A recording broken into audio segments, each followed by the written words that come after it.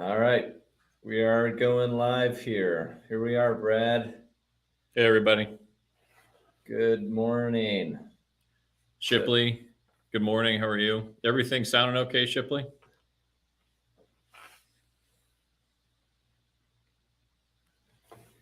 All right, let me. So here we are in Huntersville, North Carolina, on a gorgeous Sunday morning. Yeah, we're on Facebook. We've got the Monza race going right now. Slightly under an hour left of that, and then we're gonna spill over into the Mossport race. So it's myself here and Brad. Brad's just checking the. Good morning, everybody. Yeah, it looks so far so good. Checking all the feeds, making sure we're up and running.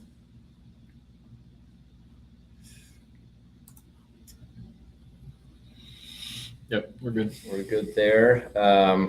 You'll see we do have the time to scoring that's up is for the Mossport race later today here. It's going to start at noon. And we have about 58 minutes left in Italy.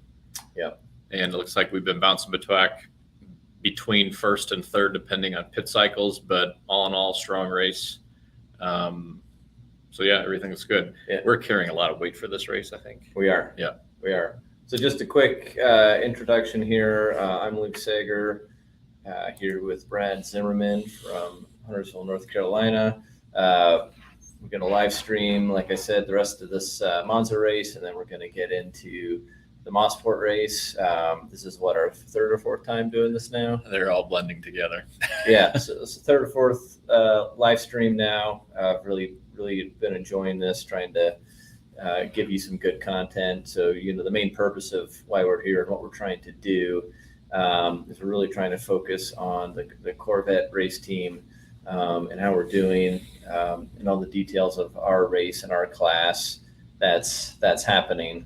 And give a lot of insights you can't get anywhere else on TV or anything. Yeah. So we have data coming from the track, so you can see the time and scoring. It's not extremely useful yet, but will be later once we get into Mossport. We've got communications to the pits. We've got the ability to get in contact people with the pits and talk to them, figure out what's going on, and get some insights and things like that. I'm in constant, in my ear, I've got the driver comms and the pit comms and everything, so I can hear what's kind of going on there and can relay anything of interest onto you guys, what's happening. So yeah, to kick things off, let's get everyone caught up on the Monza race. So we are already 5 hours into this race. We qualified P6, okay performance. So remember, one thing about the WEC races is the bronze driver does the qualifying and starts the race. So Ben Keating qualified the car P6, good effort, and then started the race. So right out of the gun at early this morning, I don't know if any of you were up, but Ben put in an incredible drive right out of the bat, drove all the way up to P2, or P2, just based on pace, just really fantastic drive. There was a fairly early safety car. We elected to pit under that safety car and take fuel. And that kind of gave us a fuel advantage, moved us back to P6 or something like that, but gave us a good fuel advantage over the competition. Then there was a second round of pit stops where when that all cycled through, we cycled right up basically to the lead. But unfortunately, during that exchange, we had a speeding penalty, a pit road speeding penalty that dropped us back to 6, unfortunately. But then that was Nico was in the car, and he again drove the wheels off the car, went from about P6. Really, I think we got all the way to the lead eventually. So we're looking really, really good. And then not too long ago, unfortunately, there was a safety car that came out again, not at a great time for us, or at an okay time for us, but two of our competitors, the 77 and 60 Porsches, they pit right before this, the full course, and say it's first a full course, and they pit right before that came out. And then that turned into a safety car, and they got a wave around. So they basically, through pitting at extremely lucky time, were able to basically get a pit stop ahead of everyone in the field. And now that we've kind of cycled through pit stops and things like that, they have maintained that lead. They have a clear lead of about a minute. So we are sitting third, running third. Oh, I've got to get the right mouse here. Yeah, so we'll call it a minute 15 behind those two Porsches. They are close to doing their last pit stop of the day. We actually are just pitting right now. And they're going to be good at the end. So they really truly have about a 1 minute gap on us. Actually, we're pitting right this minute. I hear them talking. So we're coming to the pits right now. But anyhow, so these two Porsches are going to have about a minute lead on us. And looking at the gap from the past, I don't know, we'll call it 10 minutes or so. That gap seems to be holding steady. So we look like we're probably gonna end up thirdish, depending on how we're racing with some of these other cars around us that are on the same strategy as us. But the good news is basically where we are running, we are in position to secure the championship, which is pretty exciting. So. And just so you can follow along at home, so we're currently watching the WEC race on the big TV, which is on Motor Trend Plus. So they carry all the WEC races throughout the year. So if you want to tune into that, you can see what we're looking at as well. And then in the on deck circle, we have Peacock getting ready to go. They're going to go live at noon, and I believe the green flag is at 12:05, something like that. So, and that race is 2 hours and 40 minutes. And this race in Italy is just finishing up a 6-hour race. Yeah. So that's what's all is going on. Yeah, pretty exciting that the championship is within reach now, even though after this race, there's still 2 more races, although they're really spread out. Yeah. I think the next race is in September, and then they go to the Middle East, I think, in November. They are pretty spread out, yeah. So that'll be good if that happens. There's a couple cars we need to stay ahead of, which we are. So as long as we maintain that, I think we're okay. I have all the social media stuff fired up and going. So feel free to interact with us both on the screen here on the chat, and then also on social media. We'll be watching all of that. And yeah, it's I think is this our 4th stream? I can't remember. Something like that.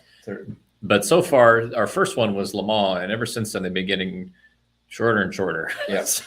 And they've been feeling way shorter and shorter. So I think it was a blessing and a curse to start out with a full day stream, because everything after that's been kicked. So we reached out to a couple people for guests to call in. We are coming off of a holiday break, and a lot of people took off this entire week.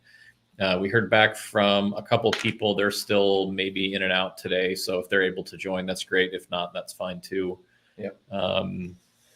We got a couple topics to talk about. You know, we brought up BOP, which I'm sure we'll talk about a little bit later. But so they did broadcast the BOP for our car in Italy, which was 50 kilograms, which is 110 pounds. Yeah, we're basically, yeah. And so like a nerd, I looked up like what other things weigh 110 pounds. And I thought one of the interesting ones was a baby elephant. A baby elephant. Okay. So imagine we have a baby elephant locked in the passenger seat for the whole race. I hope they're enjoying themselves though. Yeah. So a couple of questions rolling in, Gerardo. So we are not really quite a lap down. I see what you're saying, but by being a minute or so behind the 86 and the 77. Yeah, that's because both those two cars pit and got super lucky time right before the full course yellow that turned into a safety car, and we're able to get essentially wave around on that, and basically got pretty much a lap on the field.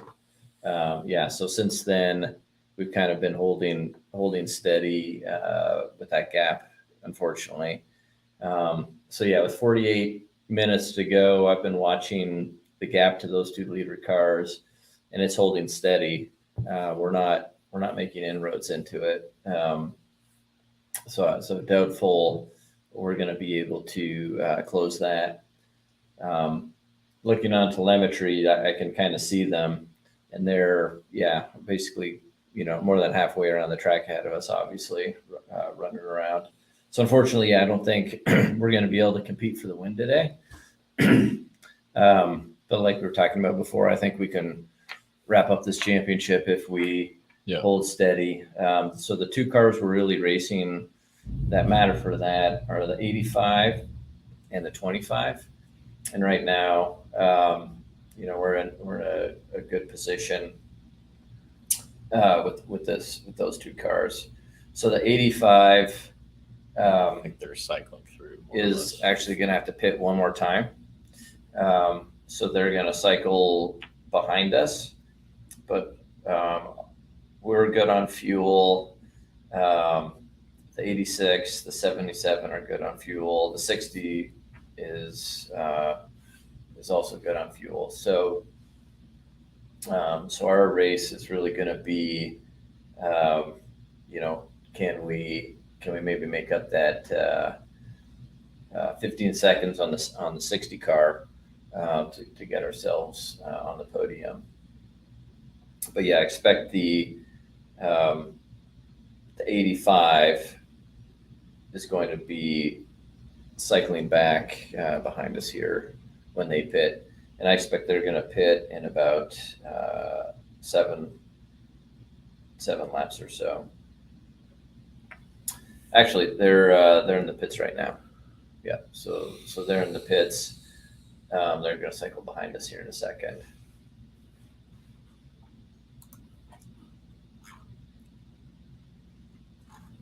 So yeah, we're crossing the start finish right now. And on this next pit out should, I believe, appear ahead of the 85.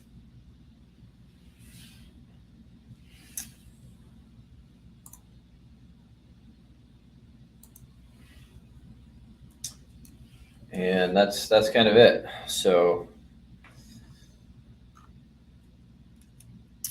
does a drive-through count as a pit stop? No, it does not, Martin.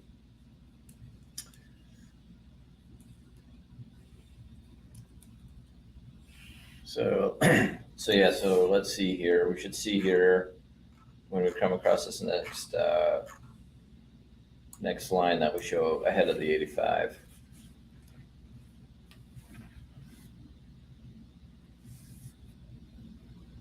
And into back into P4.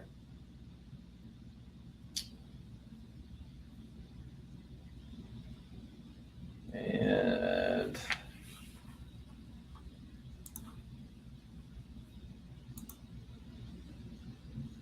yep, there we go. Okay. So yeah, P4 has the 85 pit. So the cars that we're worried about,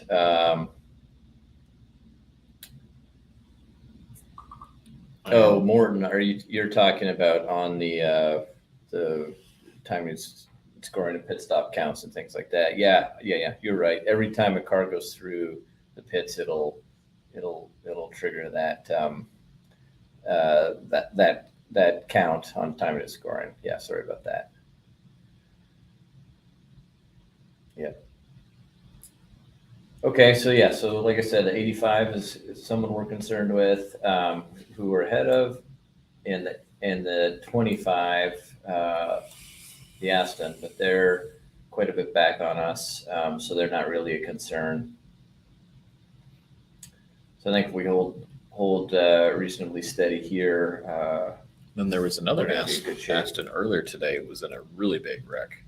this 777. Yeah, it got pushed off the track and destroyed the car. Yeah, that was very early in the race. Yep.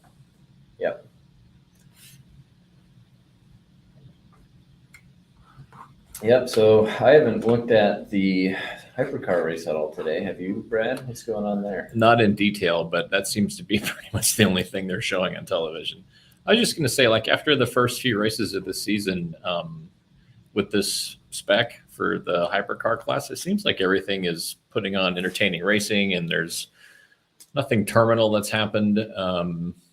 I think they should be pretty happy with how this is playing out with all the new technology and Ferrari back up front, and I think it's been pretty entertaining. Yeah. So we got the Peugeot leading the Toyota by 37 seconds, and then 45 seconds over the Ferrari. So the Peugeot's got a pretty big lead. Yeah. They haven't won yet. Yeah, they were really struggling in Sebring. That's all I remember is that they were struggling. But they've really able to figure things out and get that. Yeah. Have you ever been to this track? No. Yeah, I haven't either. I haven't been to Italy. I would love to go. That's at the top of the bucket list. Yeah. So the other sort of story that we've been kind of battling behind the scenes a little bit here is track limits, which we talked a bit about in the podcast earlier this week. A lot of track limit warnings in the race today. We actually got to the point where Ben Keating, if he had one more track limit, he would have gotten penalized. So that was part of the reason to get him out of the car, take away that risk of doing that.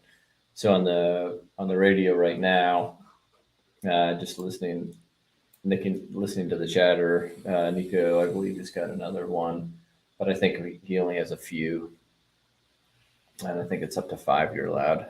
So he's in good shape right now on that.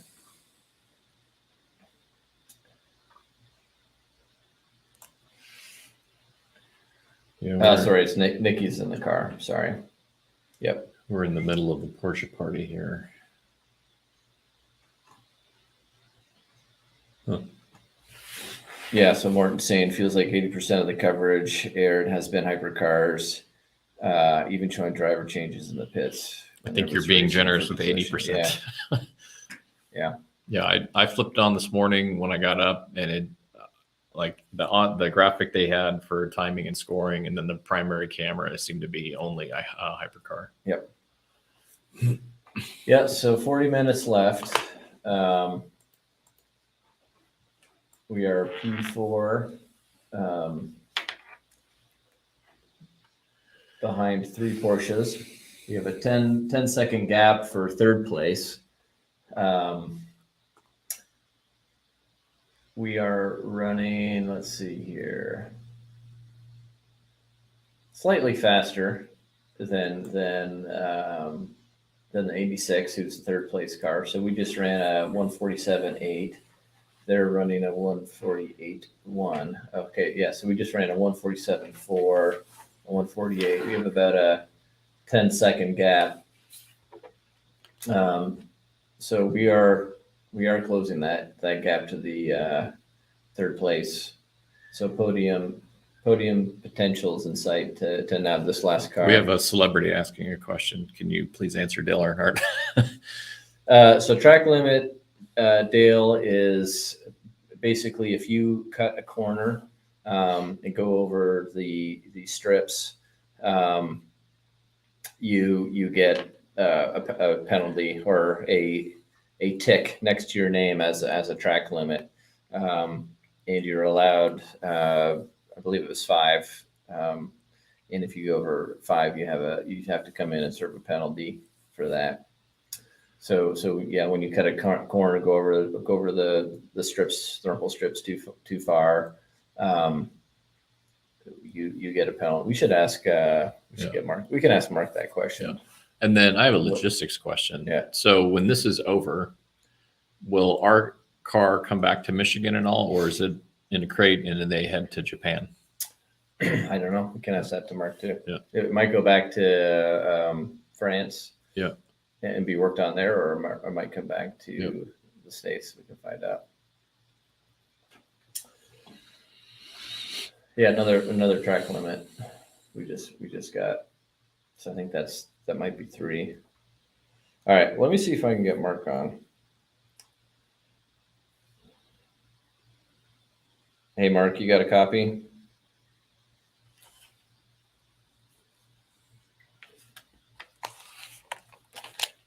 Good. You available to come on and chat with us?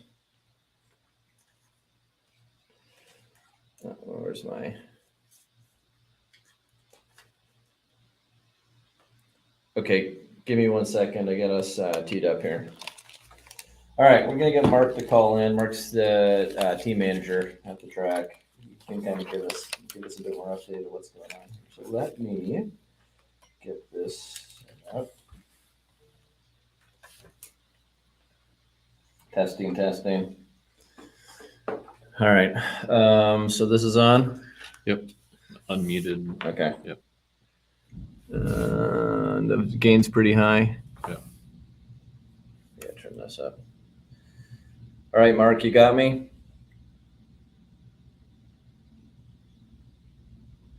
Do you hear him?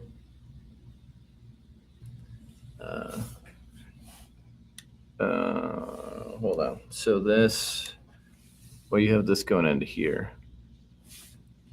We had it into here last time.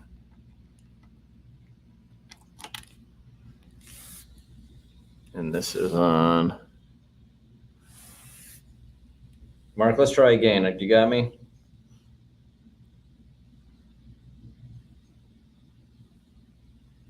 No, that's not it either. Hold on. We got to get our stuff set up. Hold on, Mark. We got to get this thing set up. Give me a second. I think you had 2 pieces. There you go. There you go. All right, Mark, let's try again. You got a copy? Hey, Luke, how you doing? Got it? Yeah, good. We got it working. Sorry, my fault. Yeah, so we're here just watching, getting everyone caught up on what's going on, explaining the situation with the Porsches out in front. But we're also been talking a little bit about the track limits. Can you talk a bit more? Driving to a limit, or is this A bit more. Did you tell him to slow down? Can you talk a bit more about the track limit rules at this track and how many we have, and then the penalty? So the way it functions here is each driver throughout the race is allowed a total of 5 track limits before they're referred to the stewards, which essentially is a penalty. So at this point in time, we keep track of all of that, whether the drivers know. Right now we're at 2 for Nikki. We ended up with 4 for Ben and 3 for Nico. So we're in good shape. You kind of use those strategically for pace. A couple places where you can drive a little bit off track and get some performance. So when you do that, it certainly benefits lap time. But there's a penalty that goes with it if you do it too often. Yeah. So what is the penalty if you get to 5? Yeah, their average pace is about a 47.5. So if you go to 5, what they do is they refer you to the stewards, which is essentially the judiciary panel. They'll impose a penalty. It can be anything from 5 seconds added to your next stop up to multiple minutes stop and hold. So what you'll typically see 2 tires, like what triggers it? It'll depend on how egregious it's been and if it's your kind of past history of that driver. Oh, okay, copy. That's interesting. So what exactly constitutes a violation of the track limits? So at Monza, there's a couple of places they're looking for it. They're watching exit of both Lesmos, which is turn 6 and 7, and the exit of Ascari, which is turn 10, and the exit of Parabolico, which is turn 11. And what defines that is no wheels remaining on Hypercar on the 3 painted track surface gap or 11.3. inside of the painted line. So there's a couple areas where you can run wide, and if all 4 wheels are over the white painted line, you are outside of the track limits. That's typically enforced with a camera system that points from the rear of the car. So it's pretty black and white if you've gone over the line or not. Okay, yeah, copy that. Where does this car go when it's done? What is the transportation look like? Yeah, so the other question we have is, so after this race, where's the 85 car is the going? car Is it behind us coming on the back to road. Michigan, You or is are it going to minus France? 18.7. So the car after this, it's going to go back to our workshop in France, so at Labre, our partner we're working with there. Guys will probably spend about 3 or 4 days prepping. Prototype 2 back. Next Saturday. Their At that pace point in time, is it'll not be as most good as yours. container. It's Prey in the car. And the car are going to be sea freight to Fuji in Japan. So car will be leaving late or early next week. Okay. Okay, copy that, Mark. So then just really quick on the championship situation. So we're looking pretty good right now, ahead of the 85 and the 25. So if we finish kind of where we are right now, we are going to be able to clinch the championship, right? Yeah, I'm actually just doing a little bit of math here right now, but however it shakes out, we will be definitely be the championship locked up after this event. All right, well, that's awesome. Do you know, are they going to be celebrating that at all, or doing anything there to announce it, or does that not really get celebrated till the end of the season? Yeah, I'm not sure what the plan is. We're not going to do anything from the team side. So we'll go have a couple drinks tonight. But from the series side, TV broadcast side, I don't know if there are any plans. I'm sure we'll find out when you do. Yeah, copy traffic. Are you using Okay, Google copy, Maps? Mark. I'll let you get back to it. We're getting close to starting Mossport here, so I'm sure you'll be following that along too. So thanks, Mark. Congratulations, and yeah, hope the last 30 minutes here goes probably. well. Thanks, Luke. Appreciate it. All right. Mark Marini. Okay, so yeah, Brad. Right from the pit box. Morton, yes, that is cool. 2 Hypercars 3 back. All right, so we've got to, did I do that right? Did we? I can't keep all my cables straight here, Brad. We gotta start thinking about firing stuff up for Mossport. So yeah, race is about to start. Is it a 1205 checkered or a green flag? I thought that's what my research told me.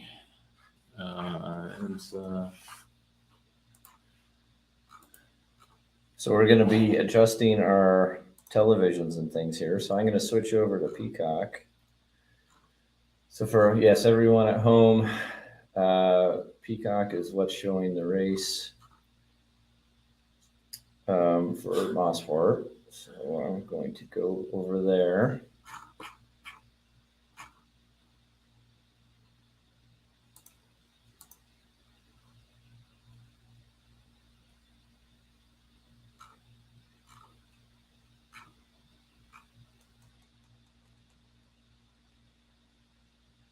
Yeah, so this is saying only available to stream in the United States on Peacock, Sunday, 12 to 2:45 p.m. Eastern Time.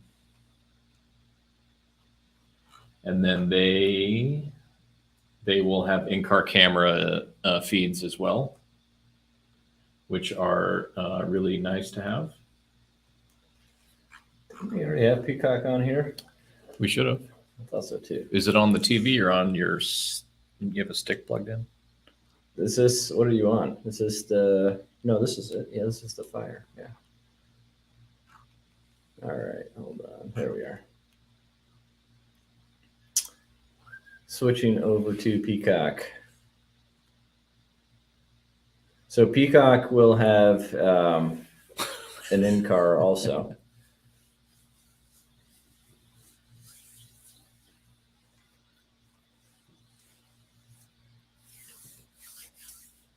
I don't know. So that's if you go to the IMSA app, the IMSA Live, you can get to that. Yeah. So let's get over here. All right.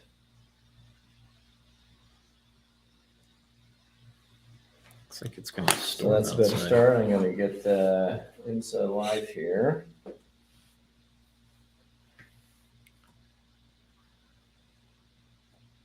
And I also need to switch over to my comms. Nicholas, good morning. How are you? Yeah, Nicholas, we just talked with Mark Marini, who is on the pit box in Italy, and it looks like the cars that need to be behind us are in order to clinch a championship.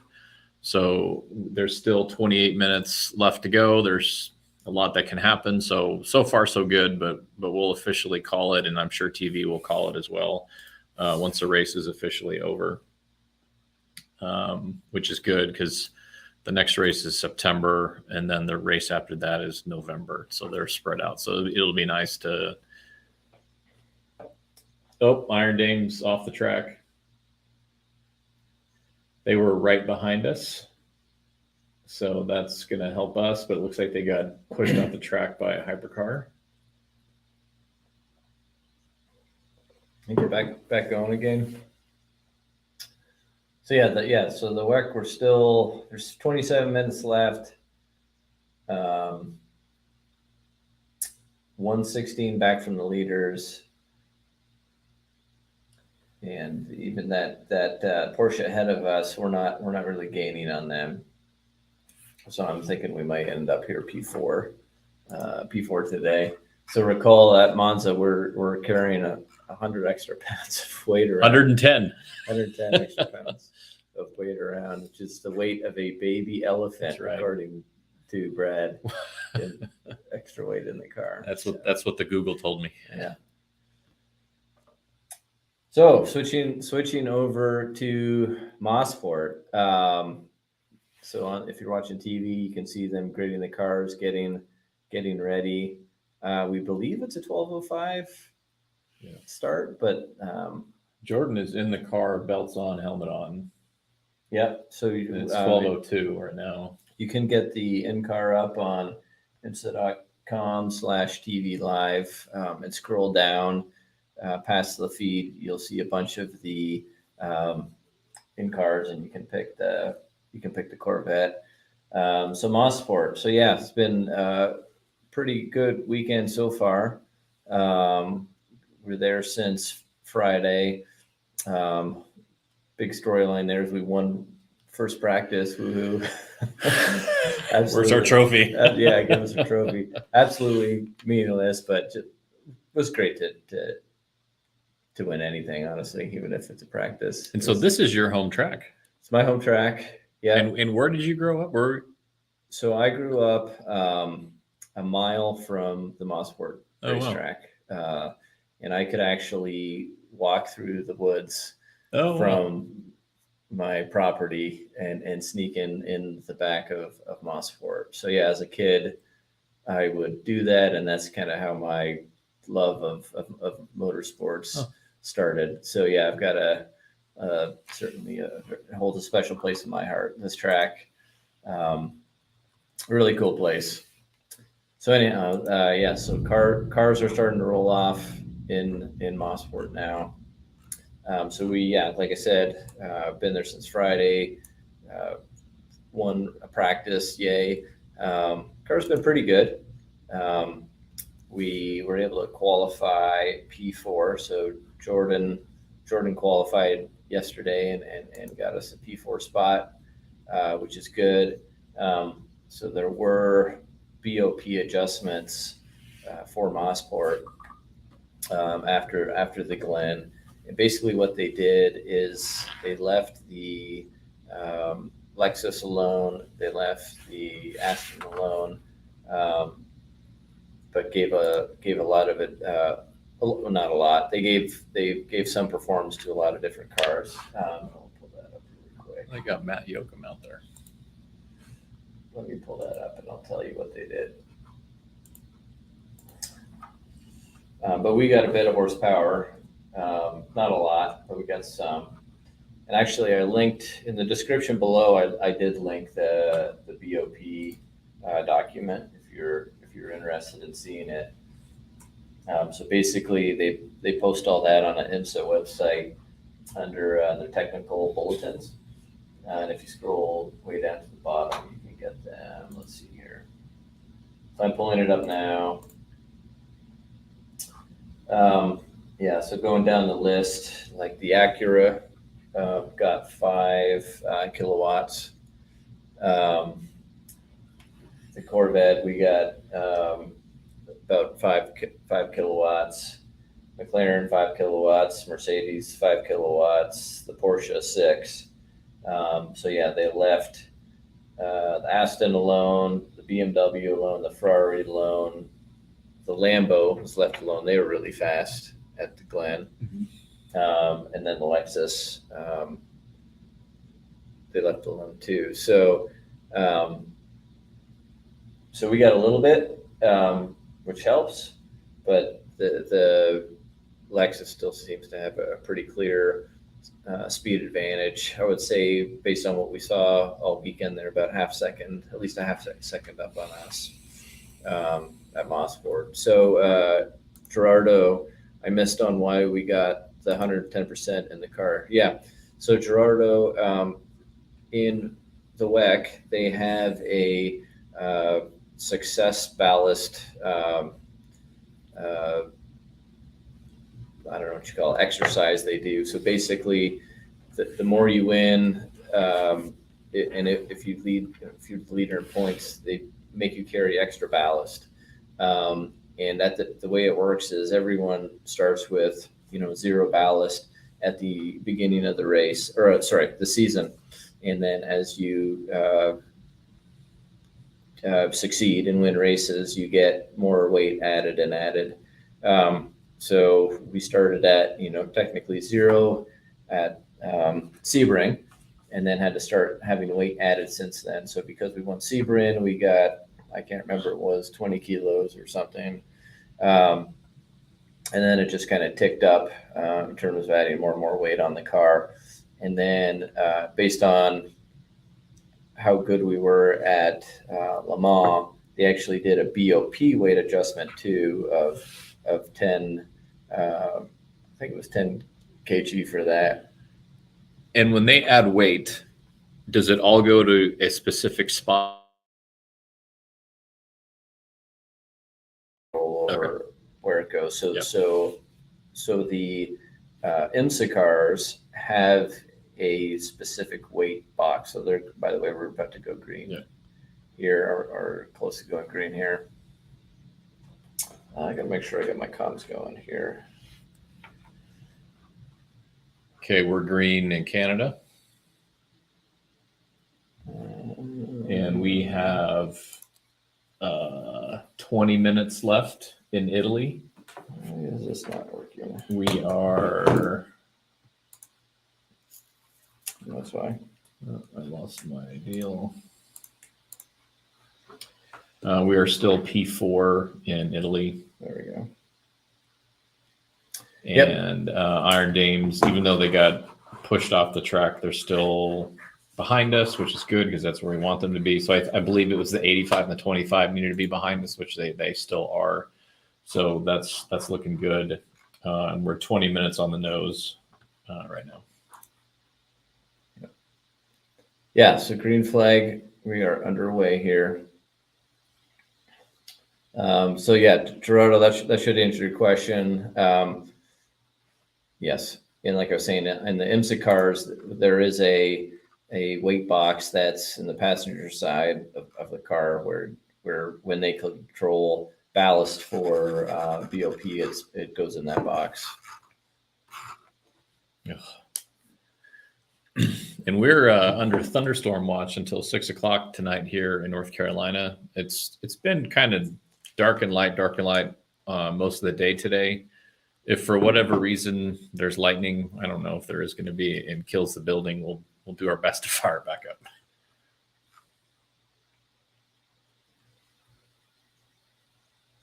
All right, so Mossport, we're green. We're running P4 where we qualified. So the Mossport race, we're looking at a 2 hour and 45-minute race on this one. Should be a three stopper. I'll look at that. Joe.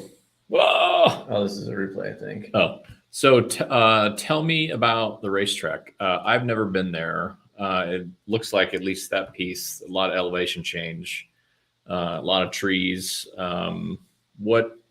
Describe it for us? Yeah, so it's decent amount of elevation change. It's about an hour and a half.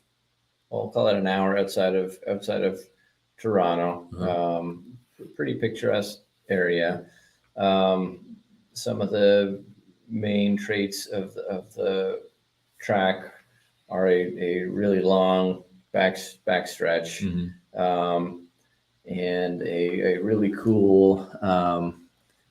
What corner would we call this? Make sure I call it the right corner.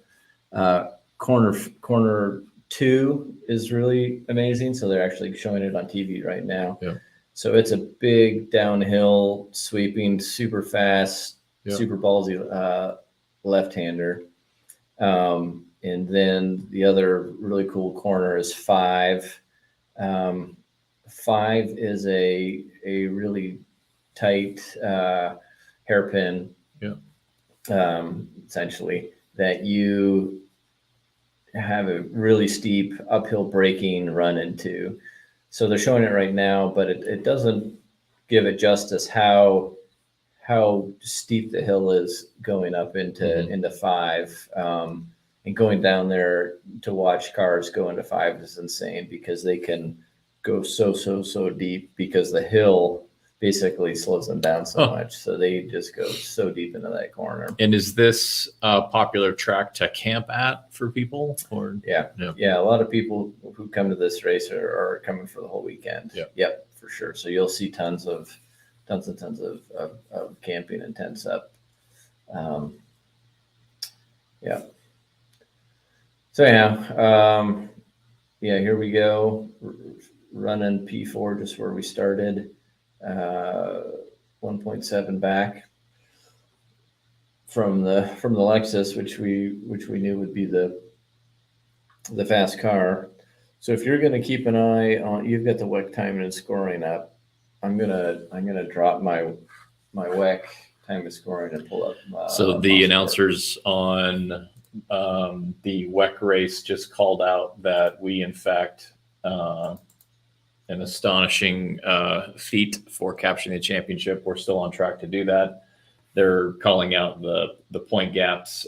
Going into this race, this was the biggest point gap in the class history that we had, with all the success early in the season and then winning Le Mans on top of it. So I'm glad they're calling that out with time left. So that's good. All right, so I'm switching my time and scoring to WEC now.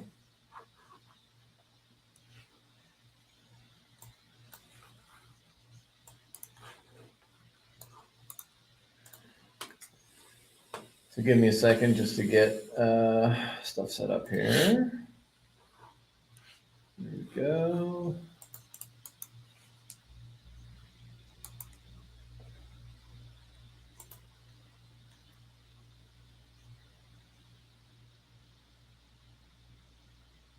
And it looks like there's certain sections of this track that are pretty fresh on the repave. Is that accurate?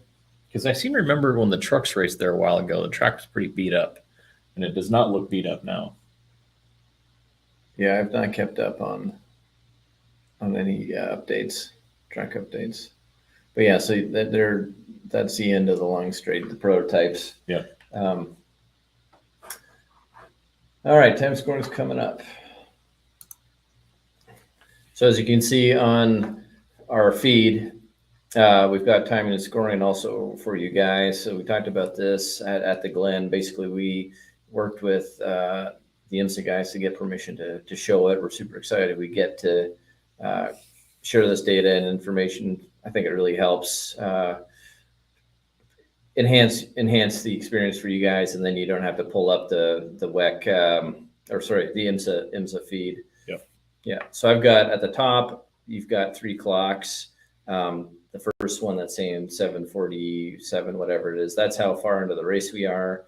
The next clock over is how much time is left in the race. And then that third one in yellow, that's just like our stopwatch basically on our car. So it's saying like we're the 3 car. That's why the 3's there. S3 is the sector we're in. Now it's S1. And, it's basically counting the time for the lap. So, yeah, we just crossed the start finish line. So it kind of restarted. And if they go yellow, those 2 green boxes go yellow, correct? Yes, I believe they do. Yeah.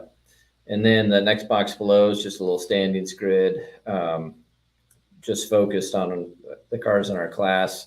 We're showing the gap. I color coded it to line up with the cars we're racing. Nerd alert, nerd alert. Yeah. So that's pretty common. Like in when you're ever looking at data of your car versus your competitor at the beginning of the season, you'll set colors for the cars. That typically the color of the car. So, purple for the Lexus, we got green for the Aston, black for the Mercedes, or yellow, and then the Porsche, fat Porsches in that maroon color. And then below that is just a running list of all our lap times. So our lap count, our stint, lap times, and then S1, S2, S3, those are sector times. So there's 3 sectors on the track. And if you look at the track map below, you can see the labels of S1, S2, S3 with the white circles around them. That signifies, where those sectors are on the track. And then below, finally, you have the track map. So it's showing our competitors in sort of those big boxes with the color codes, same as in the standing grids. And then if you look really closely, there's smaller little dots running around. Those are all the other cars on the track that are non-class cars. So that gives you a good insight as to where everyone is.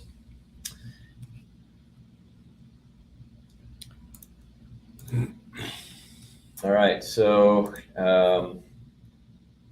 P4 still 7 seconds back. The Lexus has worked its way up to about a 3-second lead over the field. So I think that the strategy here is going to be, because it's going to be pretty tricky to match the Aston on pace, we may need to get a little bit more creative with pit strategy and things like that. The pit windows are pretty wide here, so it offers us some opportunity to do some different things. So I have let's see here. Yeah, so about 45, 48-ish laps is kind of the stint length here. So the pit windows are going to be pretty broad and open up pretty early. I need to actually, as we say that, I need to get that set up so I can track that a little bit better here. Let's go here. We're under 10 minutes in Italy, still holding at 4th place. Iron Dame's behind us, and the other Aston Martin is behind us, so still looking good. We're going to get some things lined up here on the social media inner tubes. Yeah, so we are pretty close to clinching that championship then, huh? 48.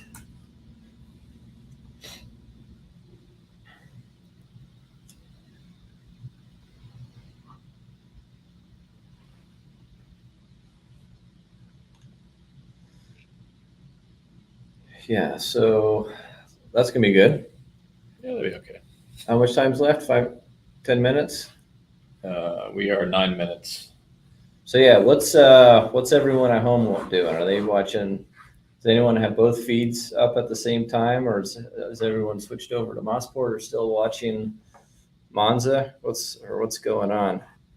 Oh, Charlie just chimed in. This is driving me crazy trying to keep up with both races. Yeah, yeah. You can never have enough screens and enough feeds, right?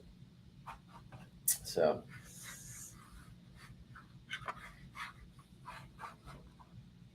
Yeah, so I've switched over my timing scoring to Mossport to follow what's going along there, because it looks like we're looking pretty good to wrap up the WEC championship here.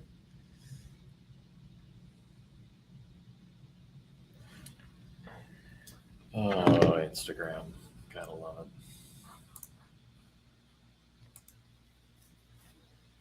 Yeah, so looking at lap times, although we're up to about a 7-second gap, we are running pace pretty much along what the 14 is running. So we're actually in a pretty good pace wise on a first look. We're looking pretty good. And our gap seems to be holding pretty steady. So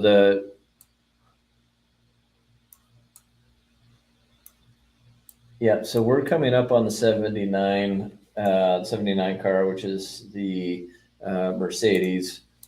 So I'm hearing some chatter on the radio that they're having some shifting, some problems with their gearbox. So if you look at our gap, we closed up to the gap pretty quick on the 79 car, and I think we'll probably be able to get by them. Yeah, so we're right. If you're watching the in-car, we're right up on the 79 now. So this is for position. We're coming out on the front straightaway now.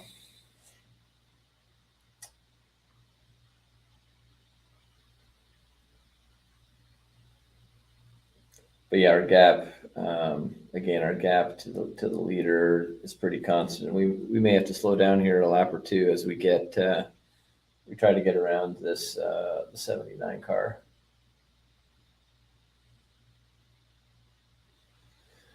So the other thing you can see, if you're watching the track map down below, you can start to see a lot of little dots coming up on us, and then the race leader is getting reasonably close to coming up and lapping us. So that's another thing that the track map is used a lot for, is to communicate with the driver, what's going on traffic wise. So yeah, I would say another half a lap or so, we're going to be getting passed by the GTD cars here.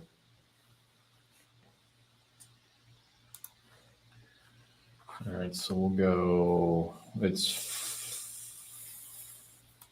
Their timing and scoring is not keeping up to date, so let's refresh it. So yeah, about 5 minutes left in the WEC race. We think we're holding steady in fourth, right? Yes.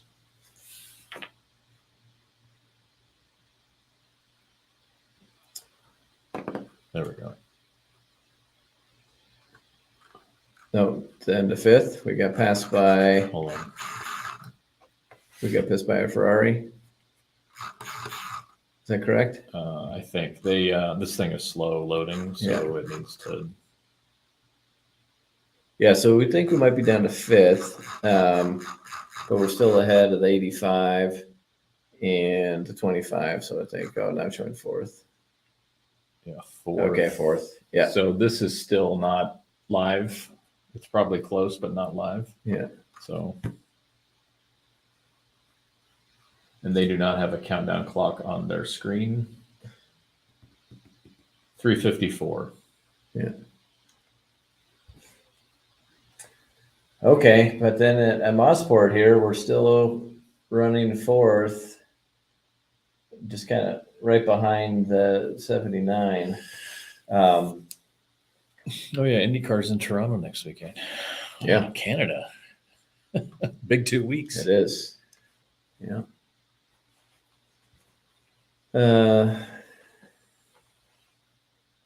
Yep. Oh, Doug's on. Hey, Doug. Yeah, it will. In a first for us. Yeah. Yeah, that's gonna be super exciting. Doug Fiane, you have to let us know where you are. Are you in Mossport or are you in Detroit this weekend? Yeah. All right, so on TV you can see, we're starting to get passed by a lot of the prototype cars, and now the race leaders are around. I'm about to pass the 14. Joe, yes. Joe, you need to listen to our podcast. We talked a lot about it. I think, was that our last podcast? Yeah. Yes, it was. Yeah. It was pretty exciting. It was unfortunate with all the issues they're having with the weather, but they were able to squeak out a pretty cool event, and to see SVG win was pretty awesome too. Yeah, they that was bottom of the 9th, 2 out, full count, and they hit a home run. Yeah. Yeah, we talked a good bit about that. I don't know if you caught this, Brad. There was a Bloomberg article that came out from Hannah something or other. Yeah, and I did. I read like the first blurb. It wasn't intended to be a complete smash on Chicago. It was meant to be more about getting ready for the F1 race in Vegas. Yeah. But they kind of slammed the Chicago race a bit. Yeah. More from, do you see that? Yeah. So I don't know if you guys caught that. We just got into the 79 there a little bit on the front straight. I haven't heard anything on the radio about damage or anything, so I think we're okay. But there's some pretty hard racing right now. Every once in a while, there's a reporter that will do a hit job, and it's to get clicks and to get views and to get their name and to get their article out there. It's unfortunately there's a decent amount of the media. I don't know, a decent amount. There's a portion of the media that's all they're doing is just writing about blood and trying to stir it up themselves without looking at the total picture, which is fine. They can do whatever they want, because for someone to come out and write a hit job against Chicago, there's so much positive. Mm-hmm. They're just going to get squashed. They're going to look like an ass. Yeah. And the criticisms were about like local effect of it. So for example, and you see this at Long Beach. So when they shut down an area for a road course race, it's really hard to get around if you're not involved in the race at all. So some businesses can really get screwed. And then they talked about that, right? They talked about some of these businesses losing a lot of revenue because of the race and people not being able to get to those facilities, which is totally a real thing. We're in a final lap in Italy. And we are still behind the 79 car. There's a close move there a few laps ago. Doug says he's in the D. I'm assuming that's Detroit and not Dallas. Depending on where you live, the D is defined differently. Yeah, so if you're watching the IMSA car, you can see some pretty wild passing when the GTD cars come through. It's pretty intense. Yeah, we're just kind of holding the spot right on the tail of the Kobayashi wins. Hypercar. Oh, so Toyota's ended up winning. Okay. Toyota, Ferrari, Peugeot. Well, it's not bad.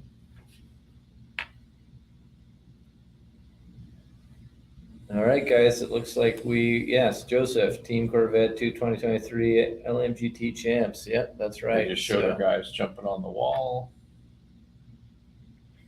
So I'm looking over this way because Brad's got the Motor Trend up over there. Let me switch back to the comms, see what they're saying.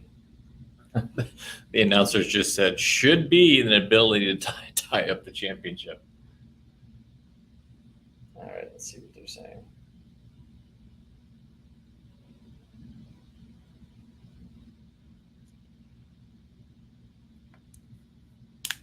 Yep, champions. They're putting it on the screen. Yep, so just switched over to the radio. They're all celebrating. Yep, saying it's a first world championship for FIA World Championship. So. Okay, image has just been posted to Facebook and Twitter, not Instagram because they refuse to go anything other but square images. So they lose out. Yeah. Yeah. Don Benz chiming in. Congratulations, Pratt Miller, for the WC Championship. The team in the car has been amazing. It has been. It's been what a year it has been for the WEC. Perfect so far, really. Yeah. Well, as perfect as you can get in racing. Yeah. Certainly there were challenges to overcome, but man, the number of wins and Le Mans, and now sealing this championship with 2 races left is insane. So amazing. Okay, well, that's good. Okay, so let's shut that down. Let's keep it open. Let's see if they're going to get anyone interviewed towards the end there.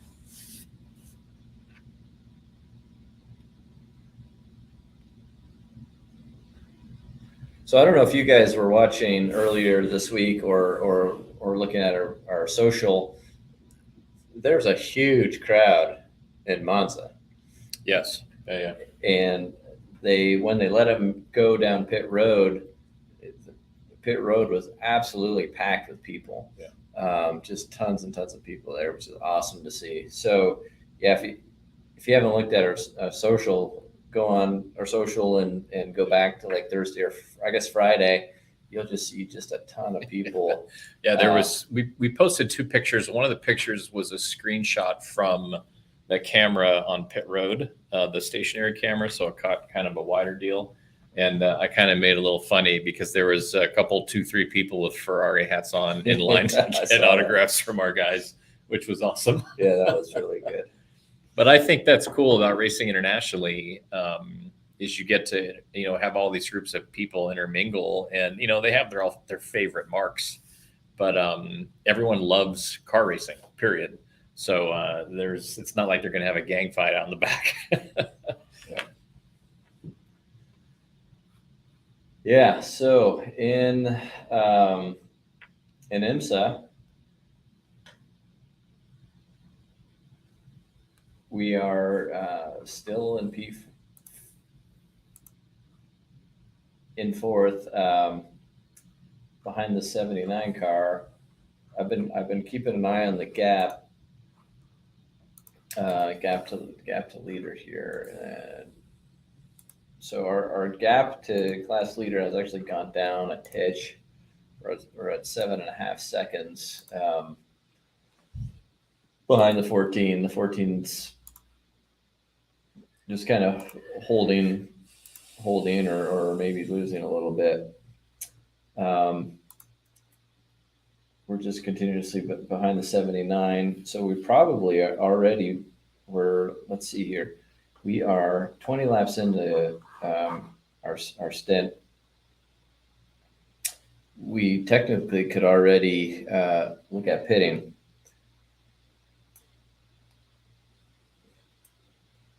Oh, there's Ben on TV hamming it up. And if you're watching Motor Trend Plus, you see the guys in the back. That's where Mark sits. Actually, that's Mark on the right, far right, standing up. Look at that. That's hilarious.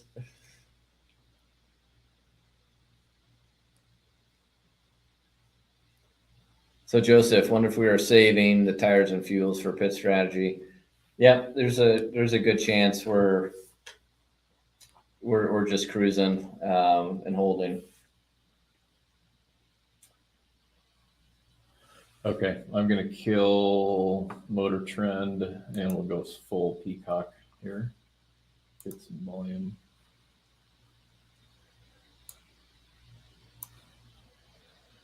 Okay, okay. Oh, what happened? Lexus? So this is the AM car. Oh, okay.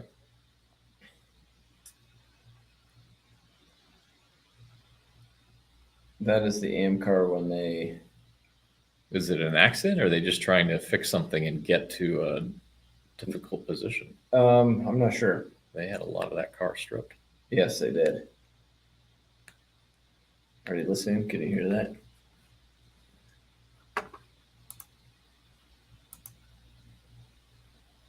Oh, you're not live. See your little arrow at the bottom? That thing, grab your deal. Still not live, I don't think.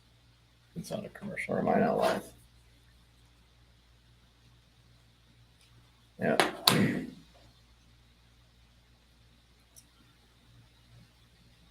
Doug Feehan, this FIA World Championship is a huge deal in Europe. Yes, it's awesome. It's super exciting. Again, the first time we've won a FIA World Championship, so a really big deal. Huge achievement for the team.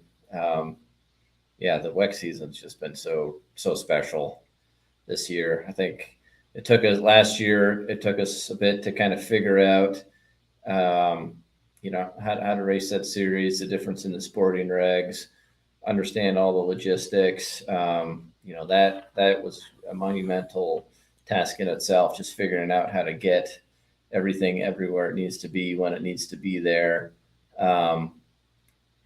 Develop great processes to do all that and learn the tracks, learn the competitors, learn the sporting regs, and in your second year, dominate like we were able to do is really special for sure. So yeah, biggest accomplishment. And we still have 2 races left. So especially single car. Yeah. and a single That's car a big team. deal. Yeah. That's really hard to do. Yeah.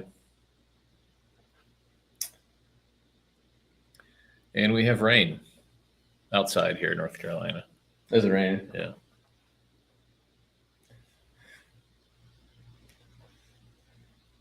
All right. So gap is actually down now, guys. So gap was up to close to 8 seconds, and now we've closed it down to 5. So the big question is going to be: is that real? Is that our pace versus the leaders, or is that just the 14 car holding position, saving fuel?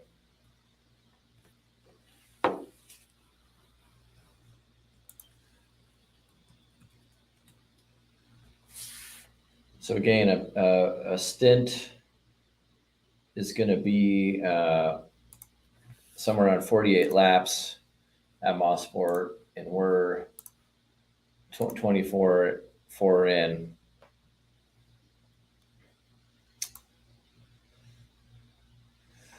So Rabbit. So we are in North Carolina.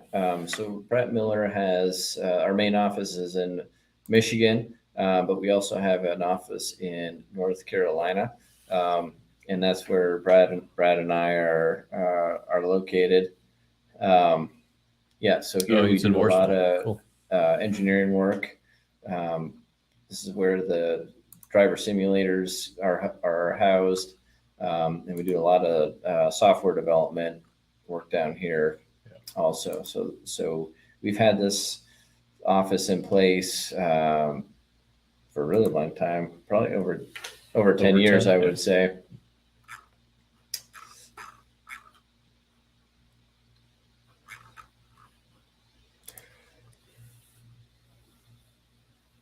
Oh, all right, so we are pitting. We are actually in the pits right now, and if you look at the timing scoring feed in the bottom there, you can say it says in pits, and it says the 3 car. So we're pitting, and if you're watching in car, you'll be able to see it. So this is a full service, driver change, everything. So Antonio's going to get in.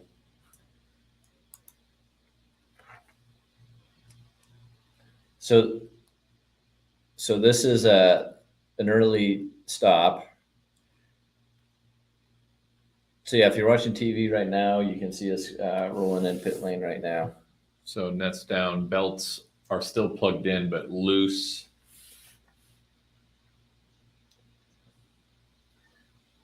Comes in, undoes the belts, Velcro the one belt to the top. The form comes in to get Antonio correct. Yeah, they're showing From a it on size TV standpoint. too. Yep. Belts in, belts tight, net clipped in, and driver is changed. And away he goes. That was pretty quick.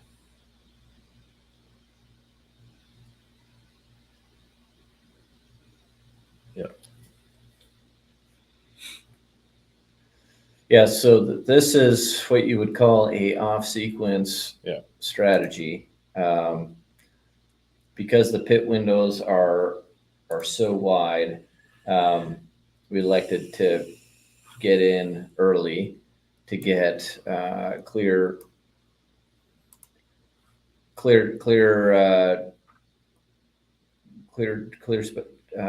track position. So the 79, I think, is also pit one lap behind us. So I wonder if we'll have to watch to see where we come out relative to the 79. Did they keep tires on the car for that pit stop? They changed tires. Oh, they did? Yeah. So Morton said that felt quick. It did feel quick because the second Antonio was completely in, they sent him off. So yeah, that was pretty quick. Although they probably got enough fuel, but not a full tank because they hardly burned any. Yeah. So right. Yeah. So you're absolutely right. That was a really tight stop. So because we didn't have to do a full fill, the stop was a lot faster because the slowest thing on a pit stop is fuel. We're past the 79.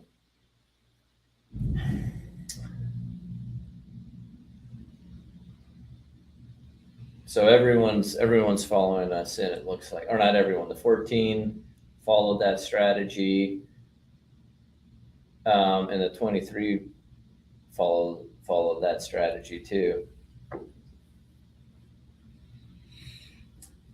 And I think this is going to put us right up with the 14 car. Let's see here. So we are past the 23. Yeah, the 23 pit, the 14 did too. So the only one who didn't is the FAF. The FAF stayed out. The FAF 9 Porsche stayed out. Everyone else pit, and let's see what our gaps are going to be here. So 6 seconds to the 14. So we're kind of holding that gap to the 14. Yep. Here on Twitter, we got a congratulations from Frank from Germany. That's cool.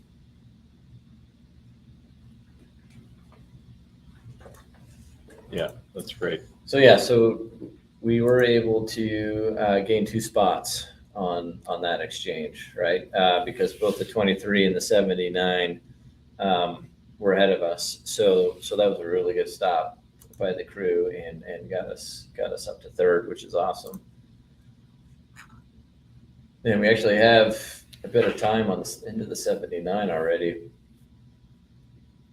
which is great. So now let's see if we can somehow close the gap here on the 14. We're really not that far. We're really not too far off the 14. We'll call it 3 seconds. 3 seconds to the 14. So he's just up the road. Yeah, you can see him on the in-car. You can see him. And we're running actually faster laps right now than him. So we just ran a 17 flat, and they ran let's see here.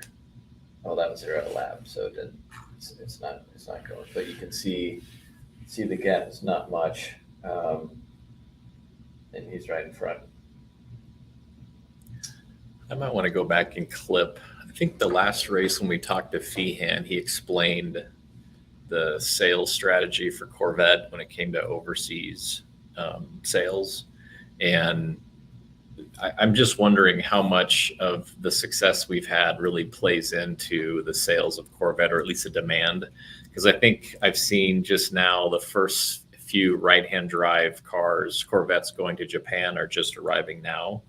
And when you have enough demand here in the States, and then you have international start raising their hand, I don't see Corvette having another plant anywhere outside of Kentucky. So they're just going to keep the clip that they're going. Yeah. So it's going to keep this like built-in demand for Doug Feehan talked quite a bit about that. I got to clip that out and make we a video. Can clip that out and share that was really interesting. Yeah. So Morton, Porsche got a BOP power increase too, bigger than ours, no weight and more fuel. Yes, yeah, they did get a good one. Again, I posted the BOP in the description below if you guys want to look at the BOP for Mossport. It's in there. But yeah, they got the biggest ad, 6 kilowatts, which are pretty kilowatts to horsepower, really close. What are those again? Yeah, so 1 kilowatt is 1.34 horsepower. So 6 kilowatts is 8 horsepower. So they got 8 horsepower, and we got 4.8. We got 6.4 horsepower. Yeah, and they got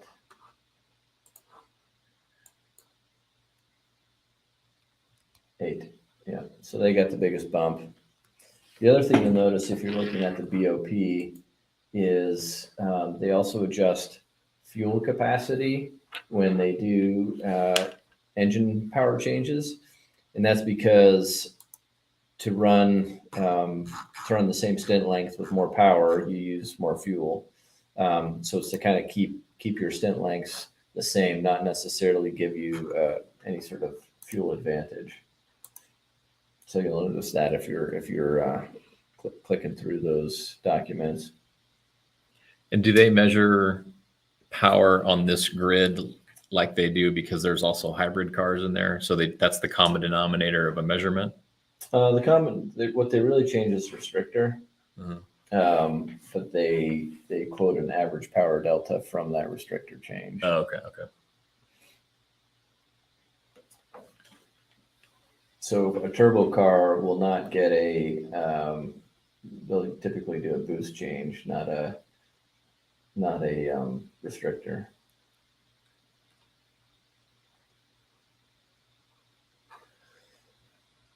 All right, so they're interviewing Jordan right now. Yeah, they asked him if he's going back in, and he said, "Well, I'm not going to tell you that right now." It's probably also because it's undetermined if he would or not. Yeah. So yeah, driver min drive time at this race is I looked this up earlier. It's Let me double check it, but I didn't think it was going to be an issue. But let's look.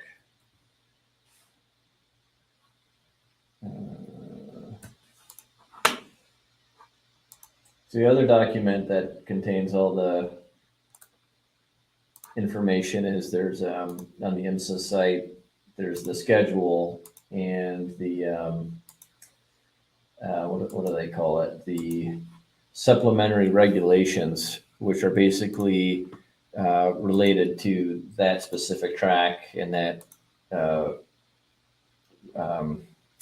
length of track and things like that. So yeah, the minimum drive time is 10 minutes for IMSA Pro.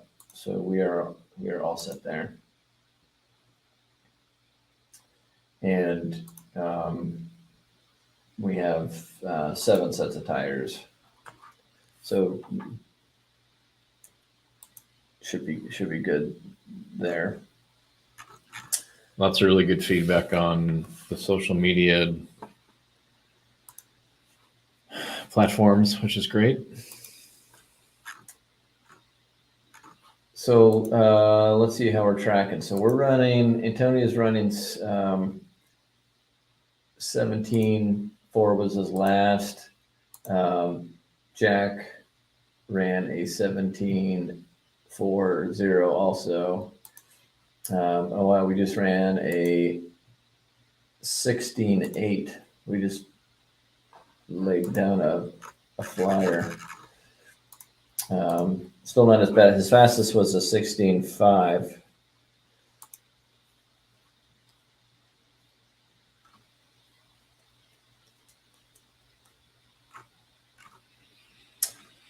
And Jack ran a 17.4. So kind of basically a 4-second gap to the 14.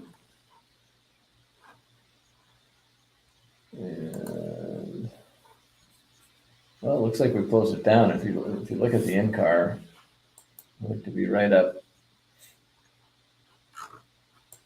Oh, I don't know if that was live. No, you can see it. Yeah. So if you're on the in-car, you can kind of see that Lexus just, in our sight, but barely.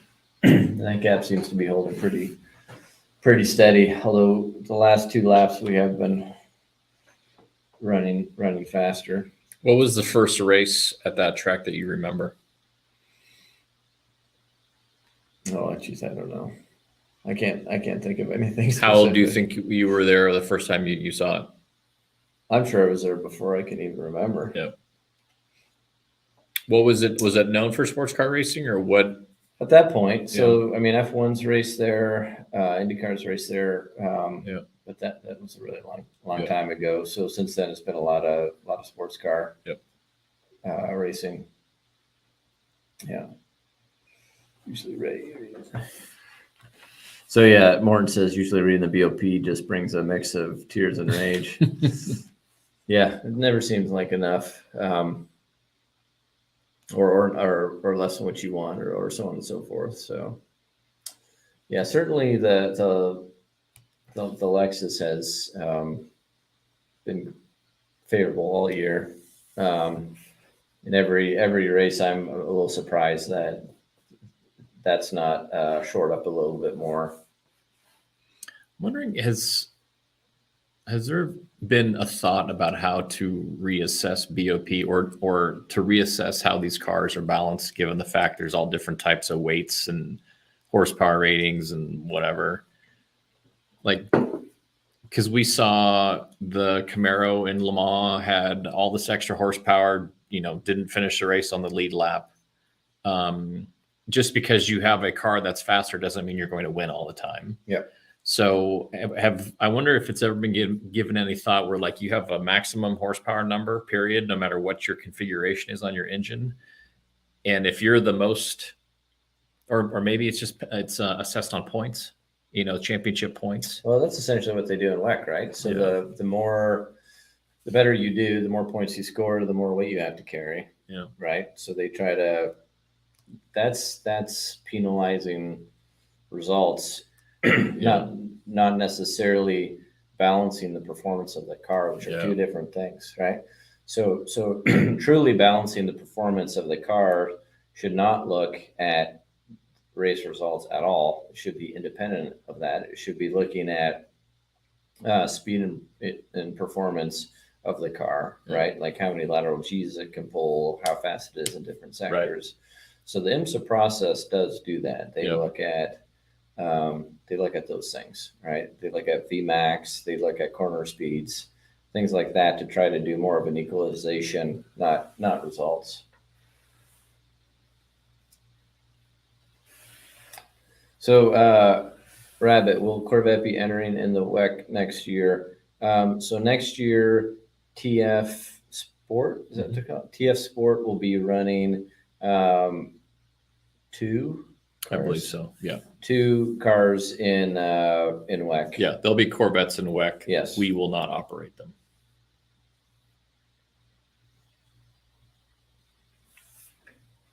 Yeah, so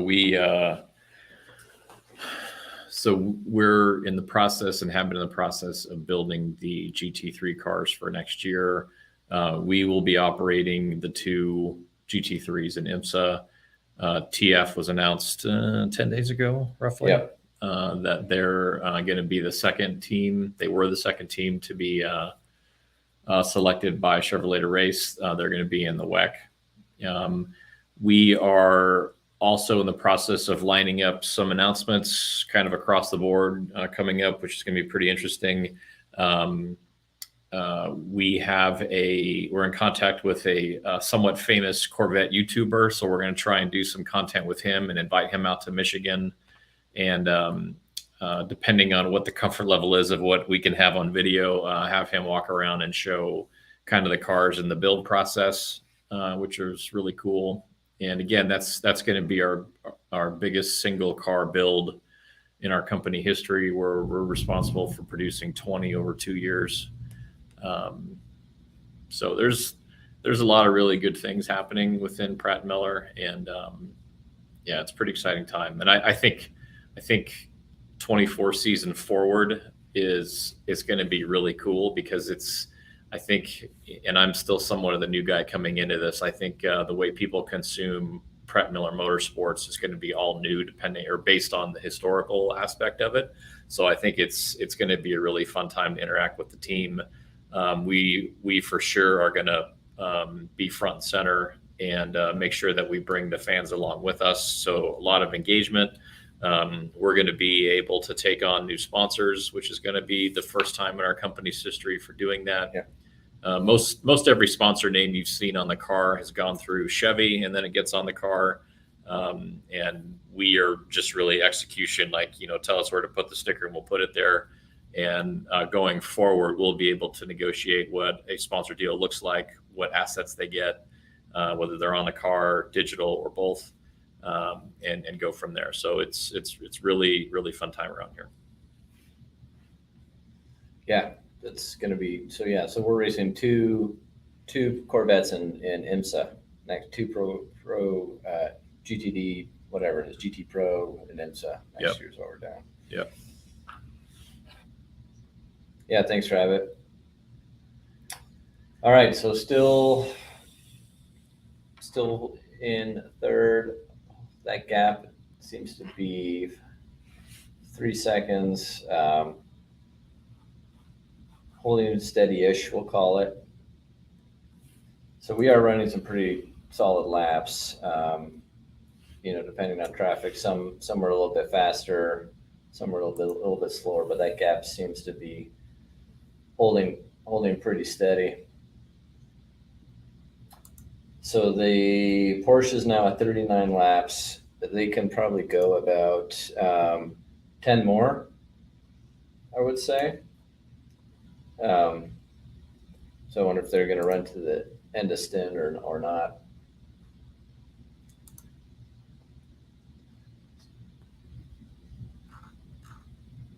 So yeah, if you watch the in-car, you can see that Lexus kind of just up ahead, just out of our reach, kind of holding steady at that 3 seconds. And then we're pretty clear at the back.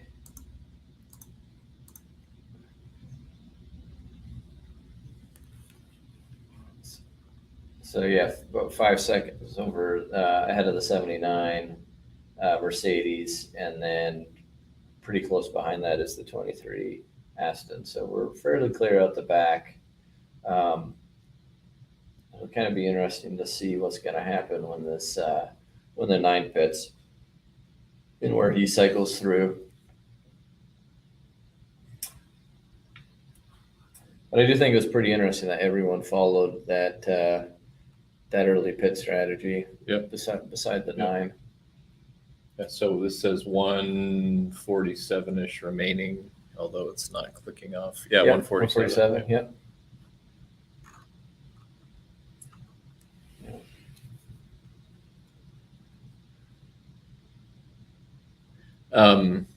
So we have a whiteboard off to the side with some of our cheat sheet notes. Do you want to tell people, because I didn't know this till you wrote it up there, about the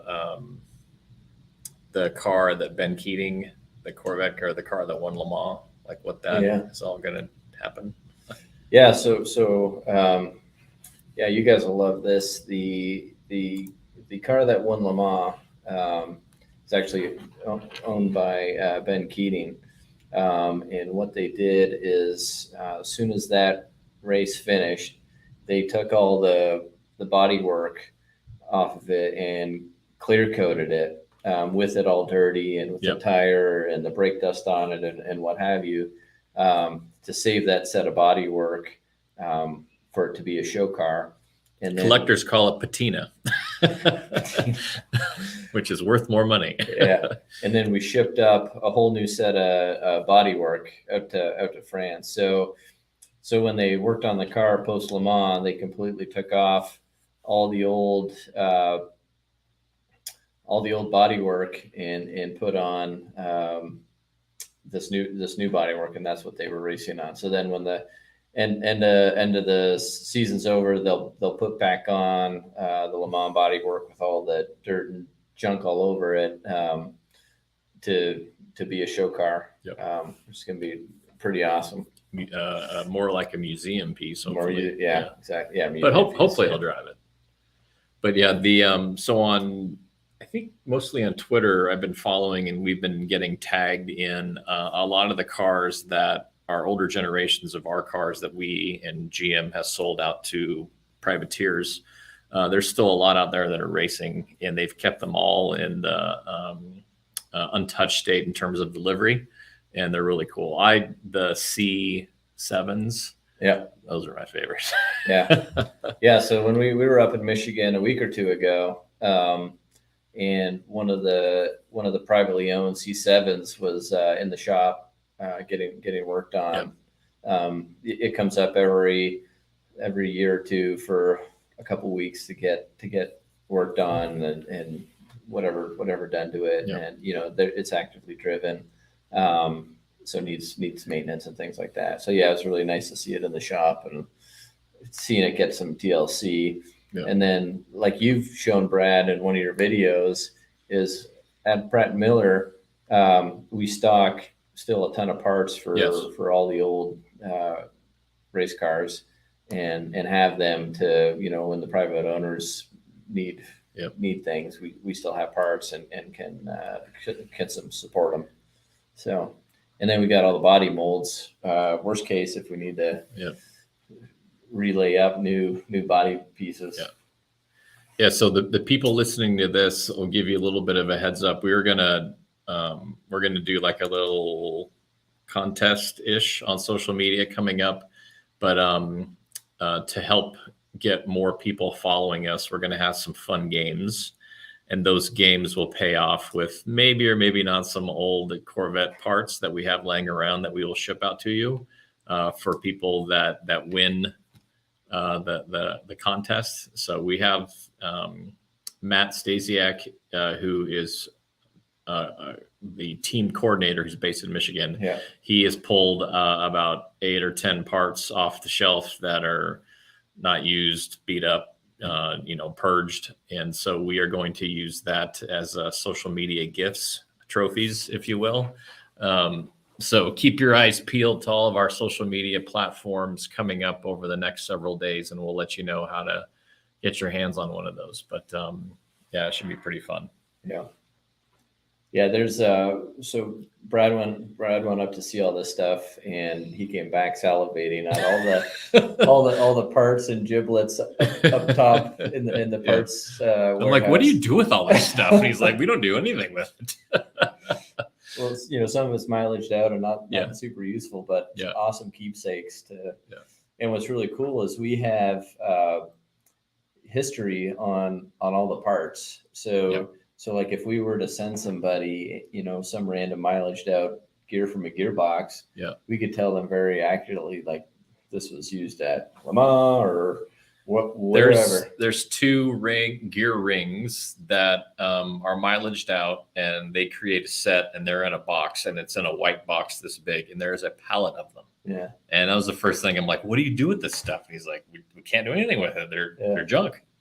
Like, no, they're not. Yeah. All right, so we have closed up the gap here a little bit, guys. So the 9 pit, by the way, just about now, really. So they pit on. Let's see here.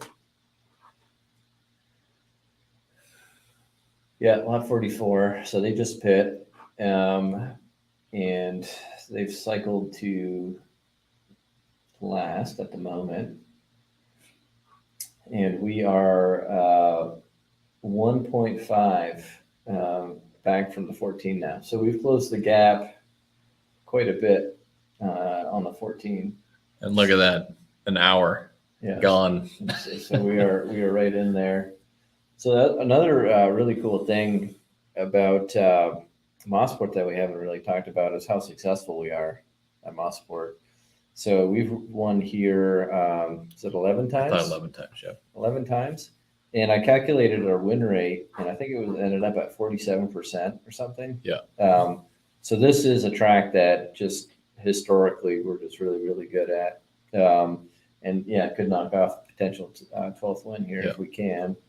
I mean, we're doing okay. Again, some concern about the 14's speed over us, but we seem to be holding pretty well right now with 1.6 gap. So we'll just keep a close eye on that gap.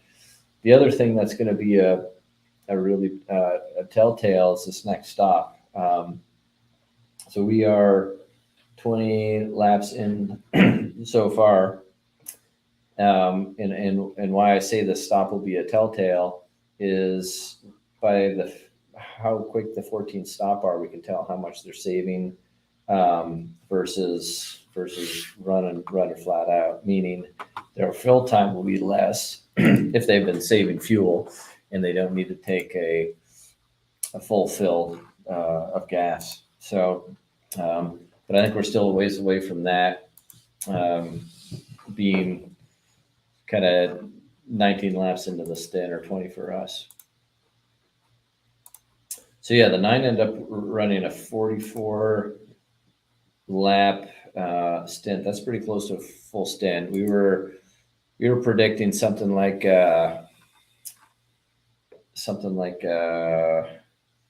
44 to 48 stint length. So we'll call that a full stint for them. So need to make a correction to my track map here.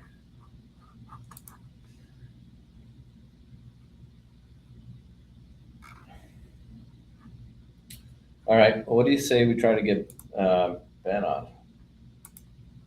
Sure. Catch up with what's going on. Let me know when to unmute it. Hey, Ben, you have a copy?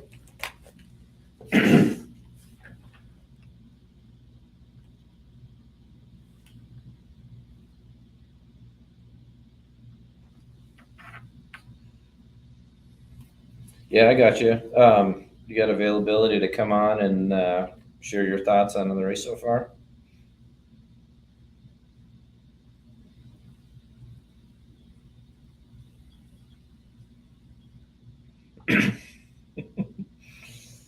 Yeah, you sound fine. All the audio is coming through great, but yeah.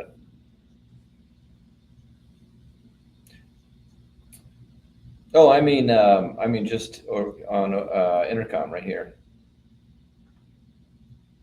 Okay, yeah. Give me 1 second to get some cables rerouted, and I'll ping you. He thought a full on deal. He was making fun of the internet up there, which is terrible. All right, so I want to go this. Is the mirror from the 3 car that fell off and allowed me to race up? All right, you wanna fire No. that up. Yeah. Okay, so that is the mic from that going into that. I don't hear the static like we normally do. Is the gain up? Yeah, it's on. They're higher. Yeah. Hey Ben, it's Luke. Do you have a copy? No, that's not it. Yeah, you're holding it. That needs to go in. There you go.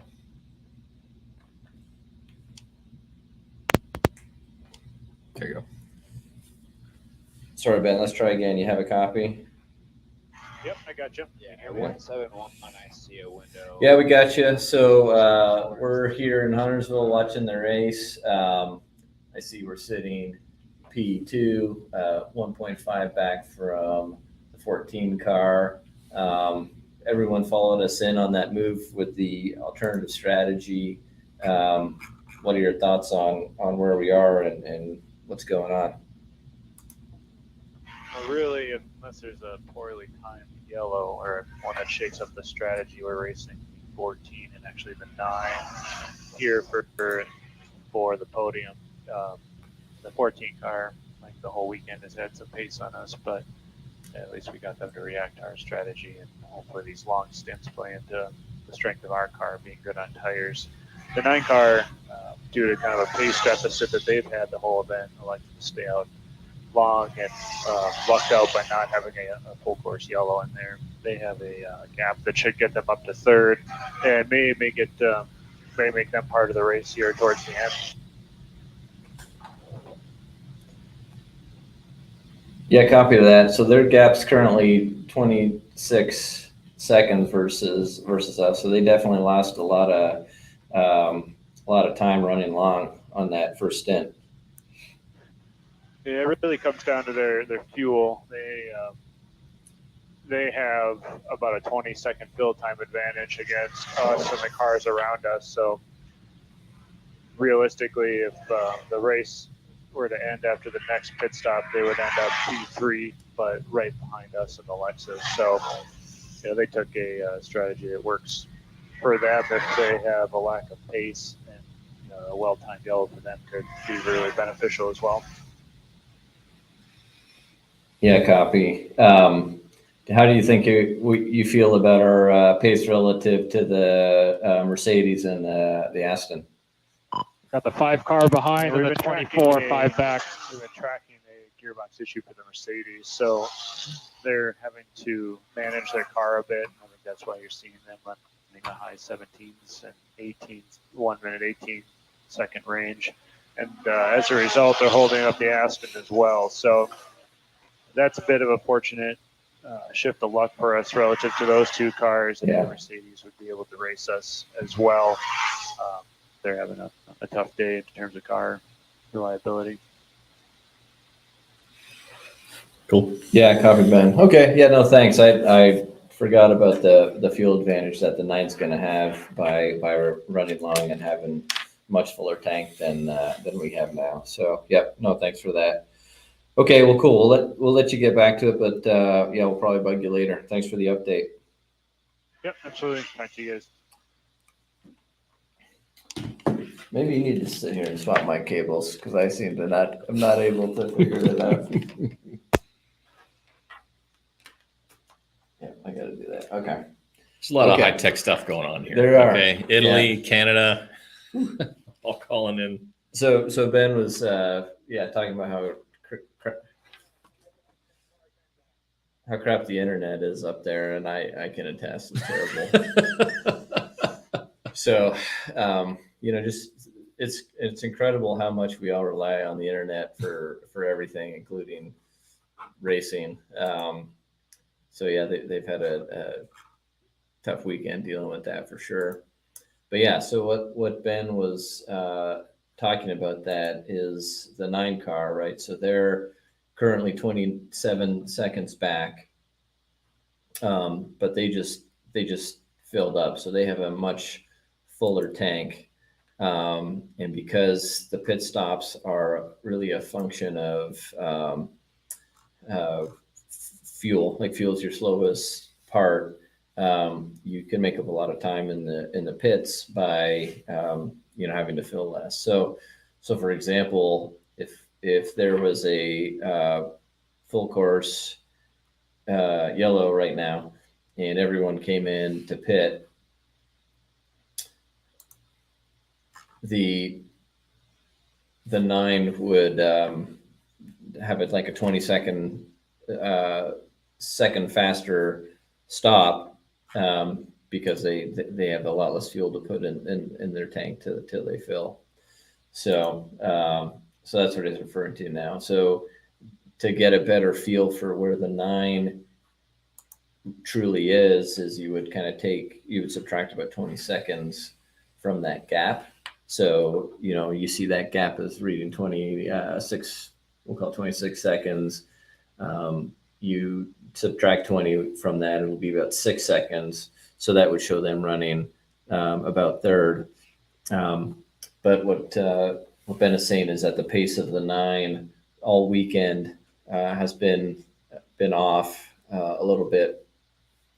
So they expect, they don't have, quote unquote, the pace. The 14 is definitely the car with the pace that we need to be racing. We have hit 700 followers on Twitter.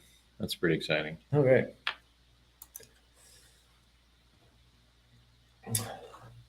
All right. So yeah, our gap is 2. I think it was a little less than that, but seems to be holding fairly steady. It's maybe grown a little bit. We were down to a 1.5 ish. That has now grown to about 2.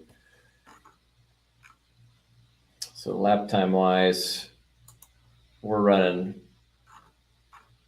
low 117s, and same with Jack.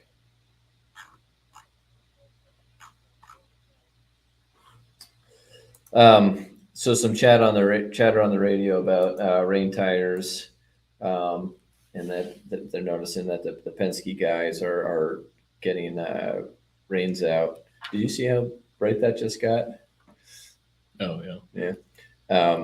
Yeah. Penske guys are getting rain tires out. Looks like there might be some chance of rain up there. We need to pull up the radar and see what's going on.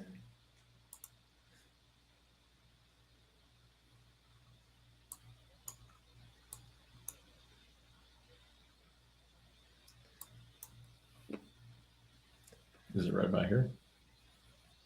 Yeah. More on that. See what? Yeah, about there.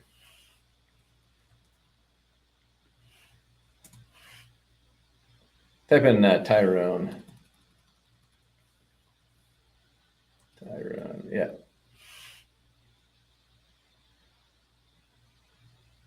Ontario.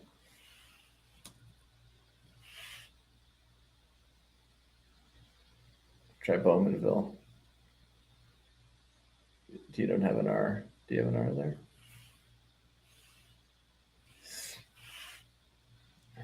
Yeah, our gap's growing a little bit. Yes, gap's growing a little bit, but up to 2.5 seconds on the 14. So yeah, we're 27. We still have a good amount until we would need to pit here. So we can run about 48 laps. Now I want to check. I need to fix my stints here really quick.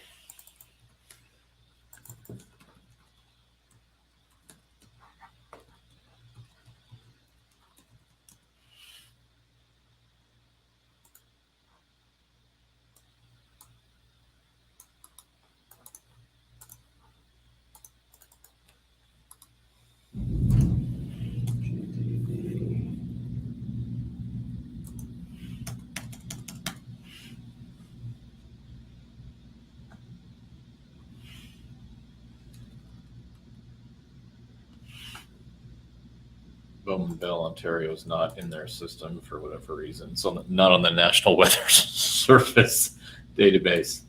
But I mean, it seems like it's still going northeast. I'm not sure it's going to hit. Yeah, I mean, there's- you got this bull. Yeah, it must be a small little thing or something. Yep.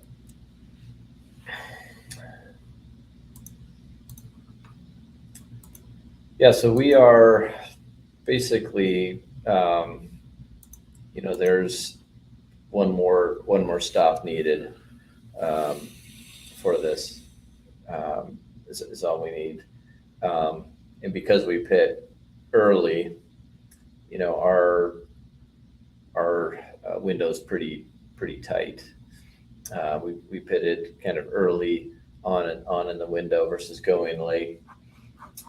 Whereas the 9 car's got a huge window. They can run well into the race, but ourselves and the 14, the 79, and the 23 are all pretty tight on our windows.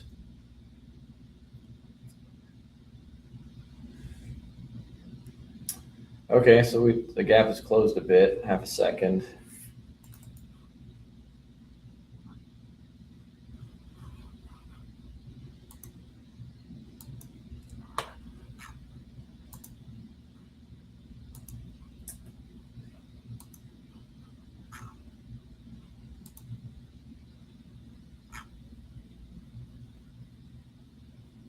So if you're watching the in-car, you can see the Lexus just up in front, not too far, not too far out of our way. So what's interesting is, I don't know if you saw that, we just passed an LP2 car, I think, and then we passed it in a corner. So those cars look pretty close performance-wise to us.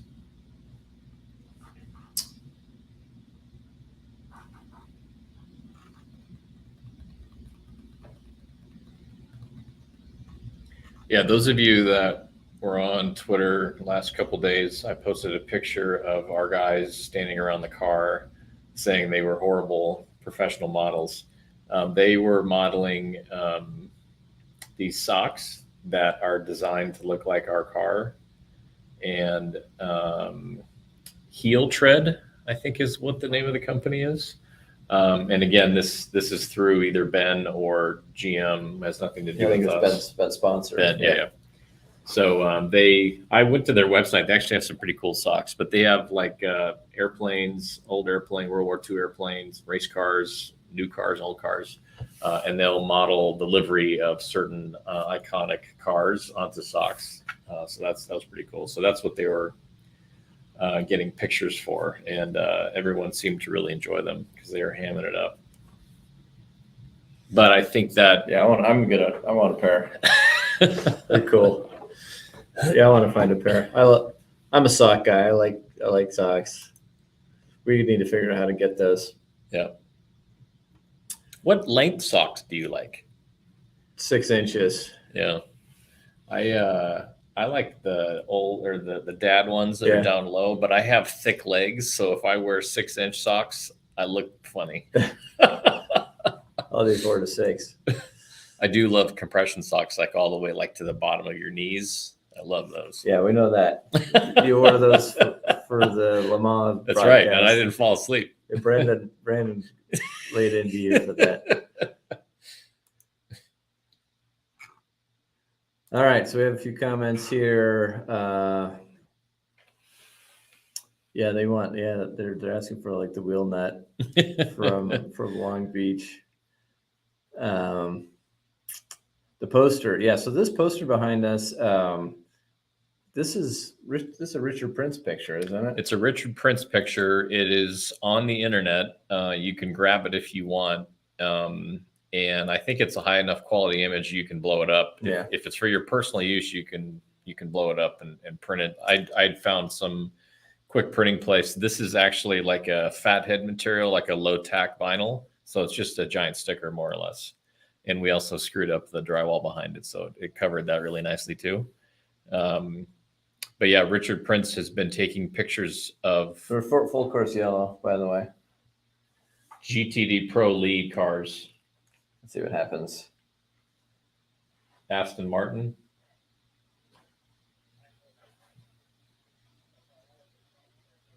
No, it was not. Third. So there's a big crash in turn 9, which is at the one at the end of the long straight. Oh, they're showing it now. Yeah. Oh, that is big. He did go into tires, which is good. That's a 23. That's a class car. Yeah, That was the battle for third. TV was thinking it was for the lead, but they were corrected. Yeah. So pit wise, we are still, kind of 15 laps to being in our window. So the door was a little slow to get open. However, the delay is now showing it. The safety team is there. The door is open. It looks like he is under his own power. Although he has his legs swung out, and he looks like he's just taking a deep breath. But it looks like he is all. That looks like a hard hit. Yeah.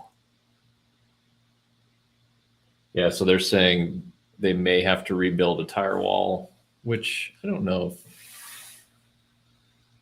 Maybe a little piece back there. Yeah. So the chatter on the radios, all about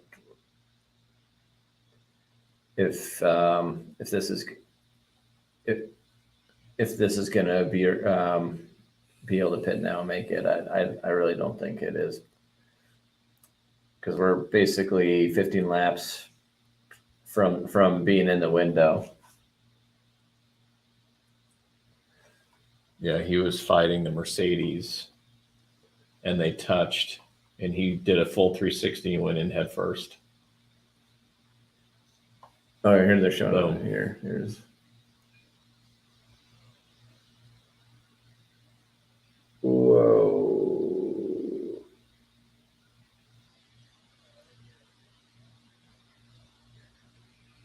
Yeah, that was a big hit.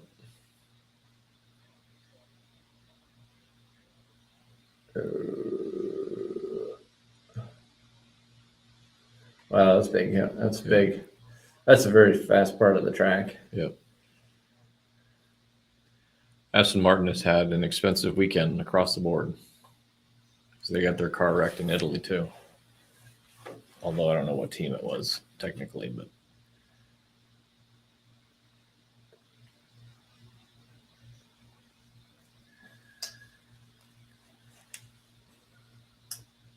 All right, so it'll be interesting to see what they do here, if anyone pits, because no one's really within a window to make it to the end here. All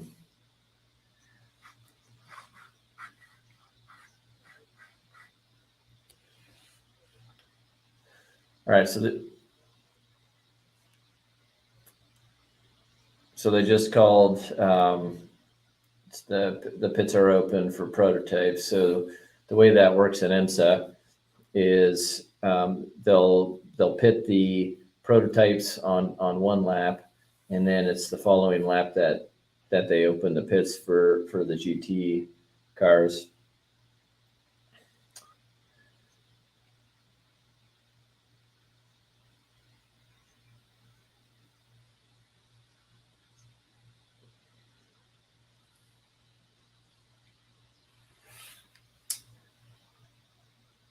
So you can see on the telemetry below, on the track map, you can see that we're behind the safety car right by the 14, but you see the 9 and the 79 coming around and catching back up. So they got the wave around because they were behind the safety car and in front of us, but essentially on the same lap. So they're getting kind of waved around, and we'll come up to the back of the field.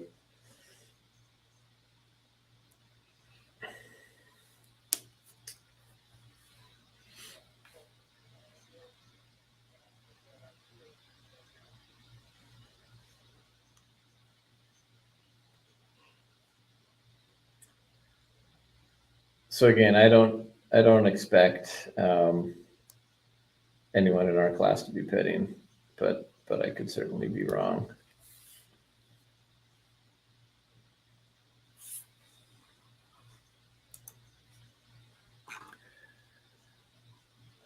Yeah, they mentioned a little bit about the wall and the tire barrier doing exactly what it needed to do by absorbing all that energy. And for those people that watched the Chicago Cup race, there was at least 2 cars that were like firewall deep in the tire barrier, and one of them was Kyle Busch, and Kyle Busch finished 5th. So as high tech and from a physics standpoint as a safer barrier that was developed in the IndyCar world, nothing seems to beat a stack of tires.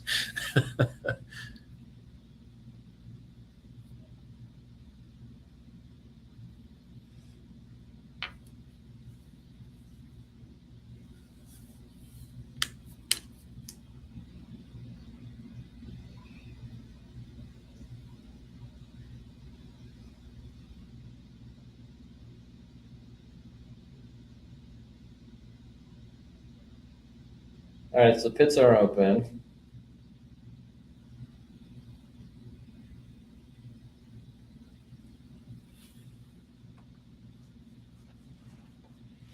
All right, so we're in the pits. So we did end up deciding to pit here. Yeah, so I'm gonna watch the in-car camera here. Yeah, so switch to the in-car.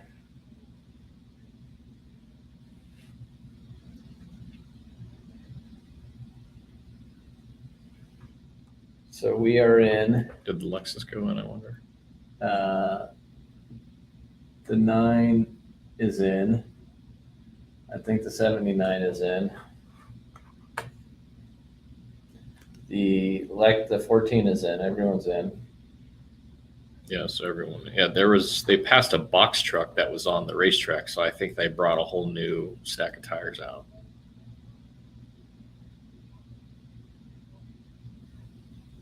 So let's see how we did here. So what are multiple Lexuses? Lexi? Yes.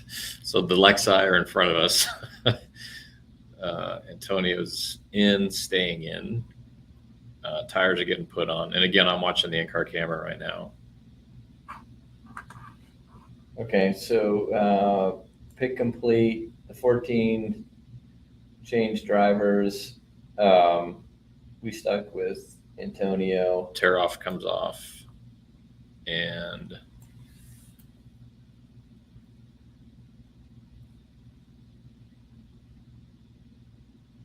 they got hung up in the pit. Did they get hung up? Yeah. Yeah. So everyone pit. We're still behind the Lexus. And here's where you saw the 9 jump us, right? So the 9 pit also. And because they had that fuel advantage, we were talking about, they were able to jump us. Yeah. Morton, we did not have a great stop there, or not great enough to jump the 14.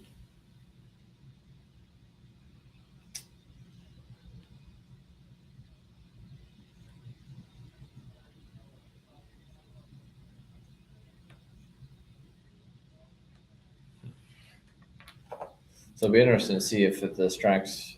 Yeah, Todd's on. Good afternoon, Todd. How are you? Chicanes. Yeah, the Lexi have been pretty fast all Yeah, season. Lexis are fast. Yeah. And they also have 2 yellow cars. Real original. Yeah.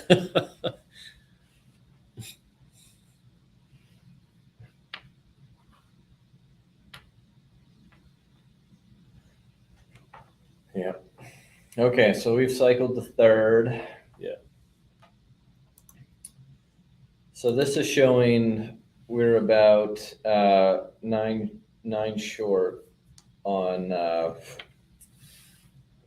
fuel to make it the rest of the race. So it all obviously depends on that could reduce to 0 if there's more yellows, and this depending on how long this yellow lasts for, because this could take a little bit still to fix this. Here is a marketing comment. These commercials we're watching on Peacock. It's a streaming service. None of these commercials have any interactivity with them. When everyone has a remote with yes, no, okay, they can click to go somewhere to go buy. These commercials are awful, and there's no. They're still giving a .com for you to go to. Like, come on. Oh, this makes me crazy.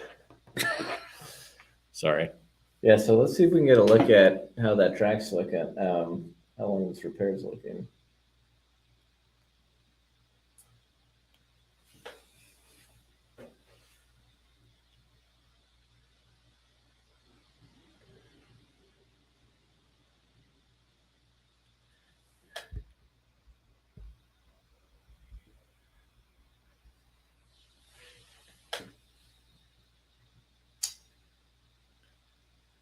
Yeah, so the longer this lasts, the more fuel we can save, and the fewer laps to get to the end of the race.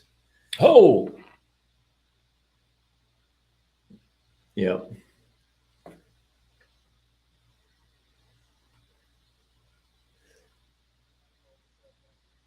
so I was just reacting to one of the BMWs. I don't know why it was a surprise to him, but he came up on a corner really fast, and there's still both safety trucks out there, and he had to make an aggressive maneuver to the left in the gravel to avoid hitting them, a la Juan Pablo Montoya. And then he had to go back in the pits to get all the rocks pulled out. Yeah. God, that could have been big. Yeah, that was weird what happened there. I mean, locked up a tire and couldn't get inside of them or something. That was weird. Anyhow, so they are going green this lap, sounds like. So, so back to it here. Yeah, Shipley's watching on a VPN, no breaks. So with the VPN, it looks like the signal's coming from another country, therefore you sidestep all the country specific ads. I wonder. Is that what happened? Yeah.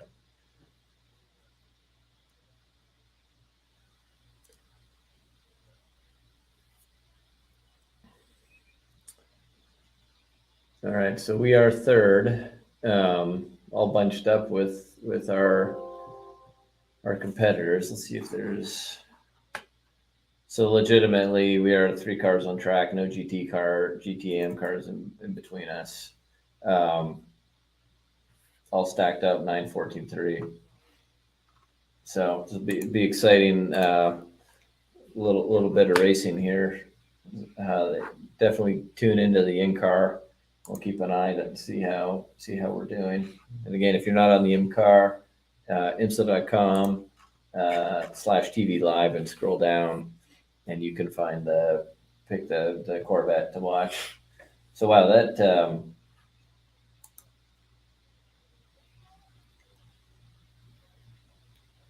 does a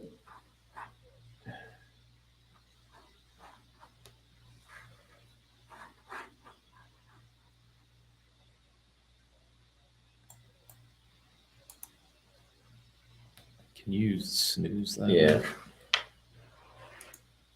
So they just announced a penalty for the 24 car. Yeah. Yeah, so the 24 just got a penalty for that off. They're having to go to the penalty box. Morton, what country do you live in? Where are you watching us from? I forgot to ask because I think, yeah.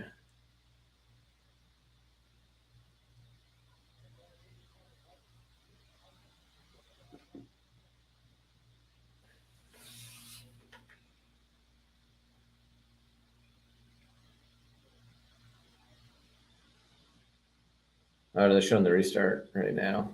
It's definitely Denmark. Pretty racy. Huh. Cool. Thanks for watching. You might win the award for furthest away. Yeah.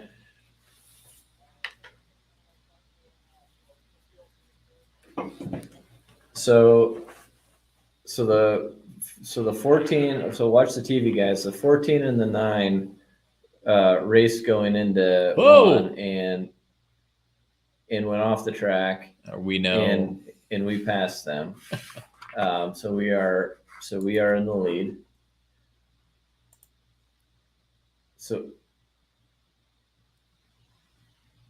and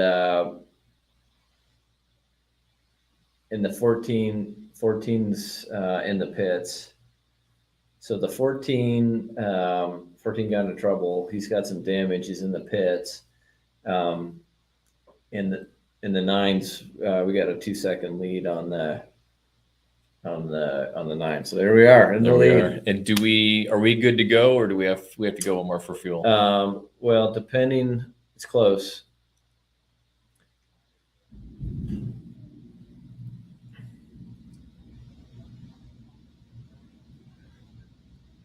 Yeah. So the strategy here is because that pit was before truly our window opened, we have to save fuel to make it to the end, or hope for a caution to save more fuel. So we are short on fuel and need to somehow make that up by pretty aggressive fuel savings. But everyone's on the same strategy as us. So that's so they're showing the Lexus hood is open, brakes are steaming.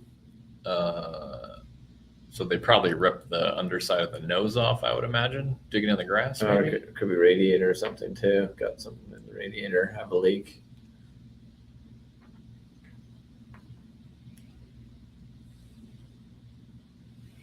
Yeah, so 14 is already down a lap. So they're and still in the pit, so they're kind of out of it at this point. So there's basically an hour left, hour 3 minutes, hour 4 minutes.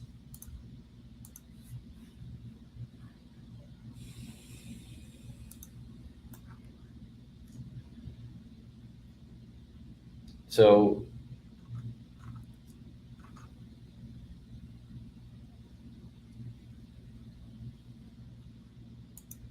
Morton, fuel savings 106, is that even doable? It's definitely a big stretch. So not at full pace is that possible, but we'll have to see. So the Porsche is right up on us now. So we were probably trying to save a little fuel, and the 9 obviously is going full pace, and it's right up on us. But we should be at a performance advantage, I would hope, over the 9, but we'll see. I mean, they did get a big bump.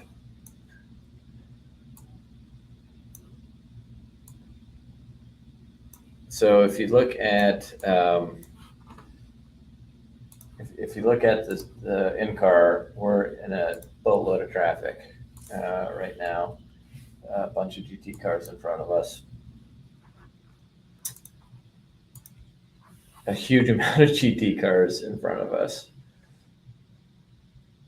So we'll see what happens here. Hopefully we can get by some of these guys cleanly. Now the risk here is that the 9 doesn't take a draft off of a GTP car coming around us or something like that to gain on us. So I'll have to really keep an eye at the back. But yeah, if you're watching the in-car, holy cow, massive amounts of traffic and on TV. So there is one AM car between us and the 9, which is good. So that was a Ryan email where he said the subhead was like, we're going for 12 wins. Is that correct? Is that where we saw that? Yeah, we're at 11. We have 11 here, and this would be 12 if we won. Shipley saying just got to be good in traffic. Yeah, ton of traffic. Yeah, there's just a insane amount of traffic. It makes for good TV entertainment, that's for sure. What's funny is as a being a part of a race team, you actually want the races to be boring and straightforward, right. not entertaining and exciting. So if we seem like we always want it to be boring, that's because we do. You want to win every race like Max Verstappen's been winning. Yeah. We won't ruin it for anybody that hasn't watched the race yet. I haven't watched it, but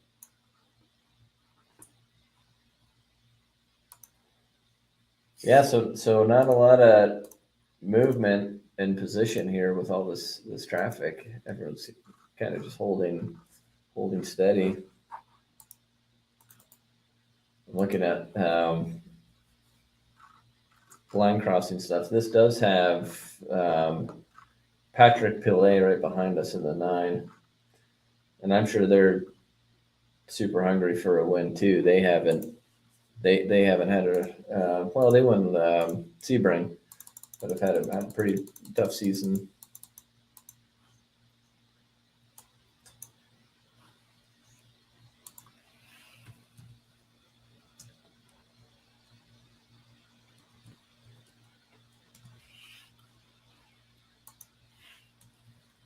Oh, so here we go. We're putting not quite. We're putting a nose in on the Turner BMW, the 96. Not quite. Let's see if we go for them into 5 here.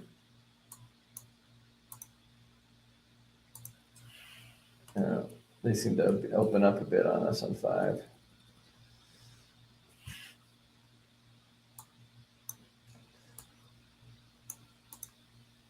Man, so this will be interesting just with all this traffic to see what happens here.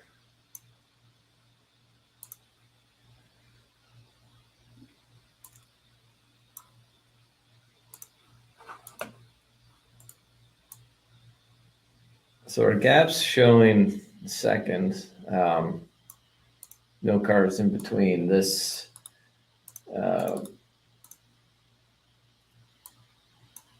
the pace of the AM cars in front of us is pretty good, so it's not like we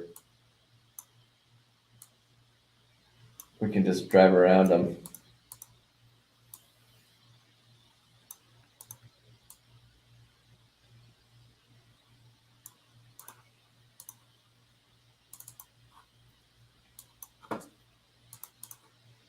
So we did just ran half a second a lap, over half a second a lap faster. Some of that's probably because they were getting passed by some prototype cars there. But it's going to be really interesting to see what the 9, how hard the 9 races versus saves fuel here. Okay, so here's a question I have. Historically at this track, do we have data that tells us from a predictive standpoint, based on historical data, when a yellow could come out between now and 58 minutes to go? And does that play into strategy, or is that, if we do, is that just a data point that they may or may not take in? Yeah, I mean, it's something they'll be aware of and know of, but that's only so useful, really. Yeah. So basically, you have to pit when the opportunities kind of present themselves, and somewhat hope that things play the way you play it the way you need them to. So being there an hour left in the race, you would assume there'd be something happens at some point.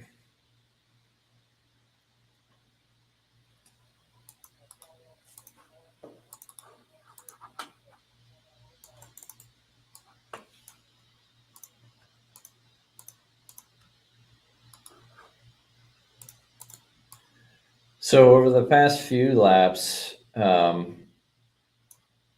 we have been building a slight gap on the 9, which really is somewhat meaningless at this point. I'm just kind of really keen to see what the 9 does in terms of, can you really tell if they're doing a very clear fuel savings effort or not? Which to really do, you'd expect them to have second slower lap or so, at least. So we will keep an eye on it. Right now, it's so hard to tell with the traffic what's going on. So we are kind of back up on this BMW again. But there's a long line ahead of us of cars.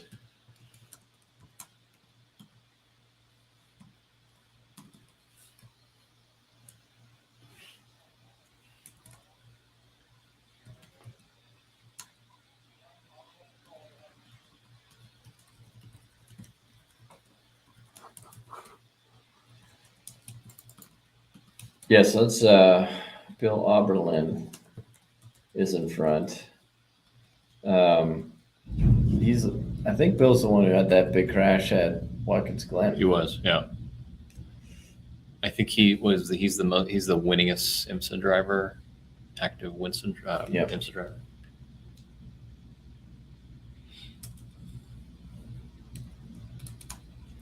And then the 96, that's an Aston. Is that an Aston Martin? And the 96 ahead of us there. Let's look.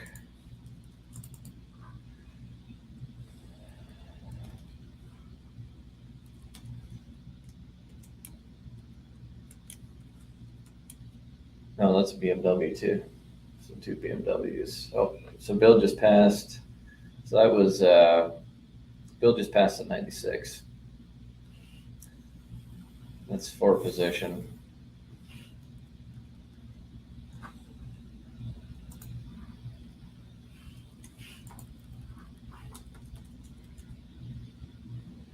So Morton, do I have fuel consumption gauge on your Seeker monitors?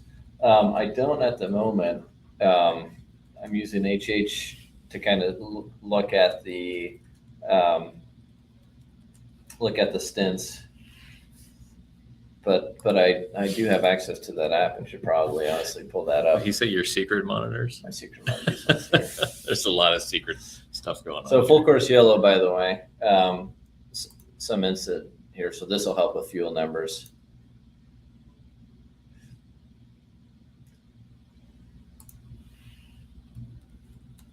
So there's a full course. I'm not sure. So you'll see some accident here in a minute on TV. Oh, but they just went to commercial.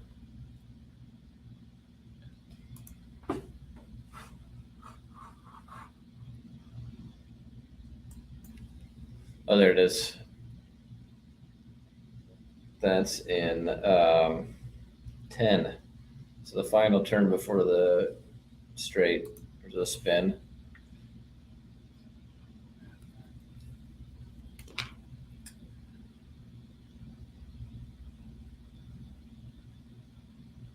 So they're declaring, LMP3. So they're declaring a short yellow on this one.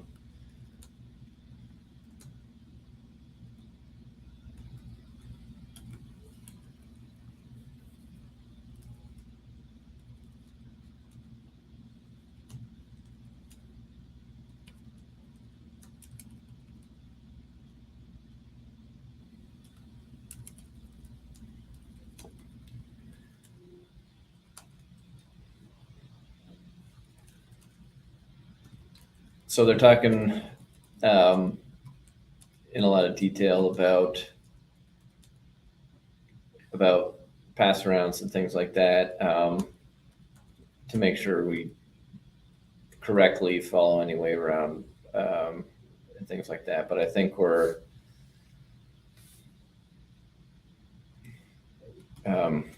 basically, we don't want to make a wrong move like what happened at Laguna Seca. Oh yeah, that's right. Yeah.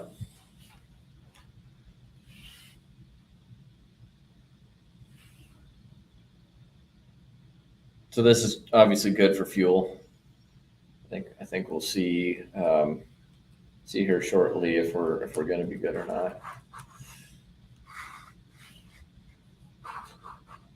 And Morton, I'm gonna, because of your question, I'm gonna see if I can get the fuel view up here. Hold on.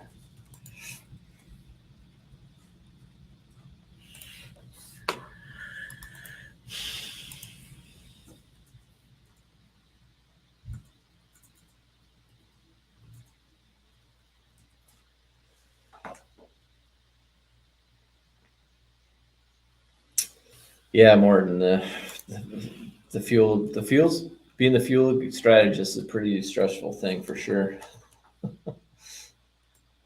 But it's a lot easier nowadays with computers and telemetry and all those things.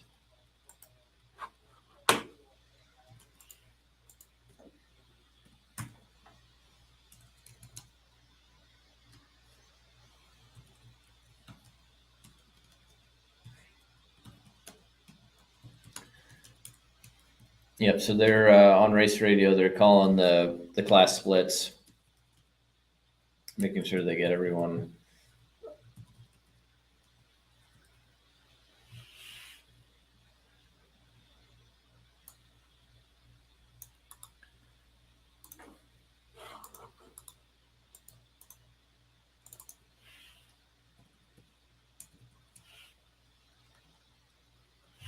What is what's the hashtag for this event? I haven't looked.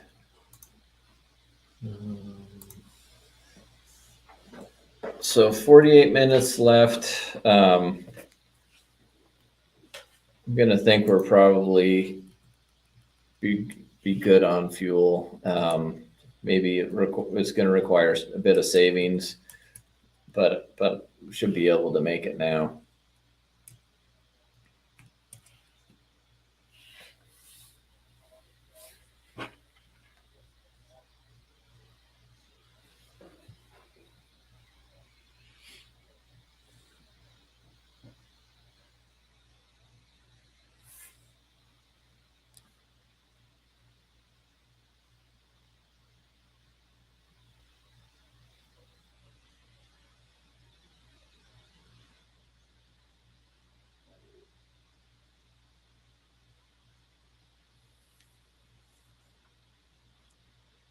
So it sounds like they're going to try to restart this lap coming up.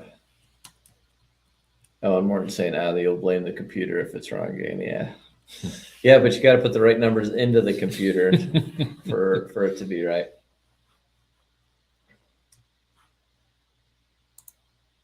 All right, so they're saying on race radio that they're going green this lap here.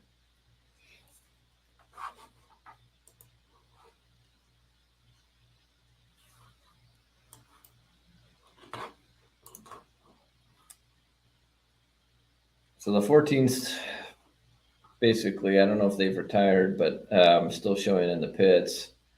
The 23, I don't know if he's still on track yet either. His last lap was 58. So really, that's the three cars.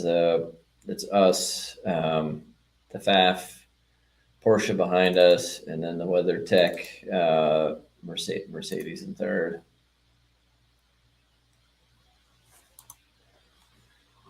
So they're going to go green this time by. We have the 9 is right behind us on track.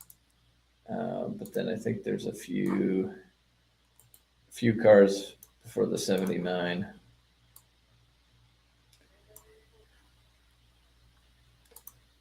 So on TV here in a second, they'll show the restart and us going green.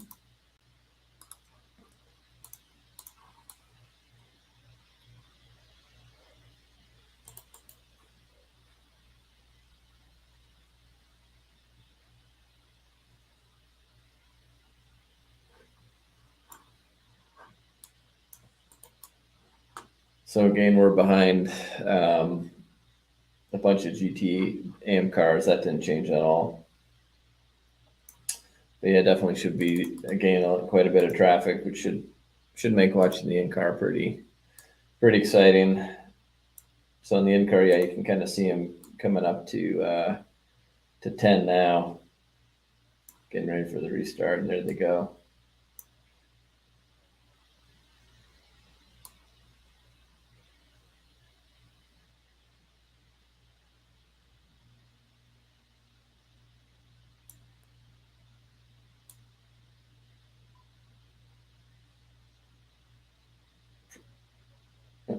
Pretty clean restart, it looks like. But yeah, a lot of traffic up front.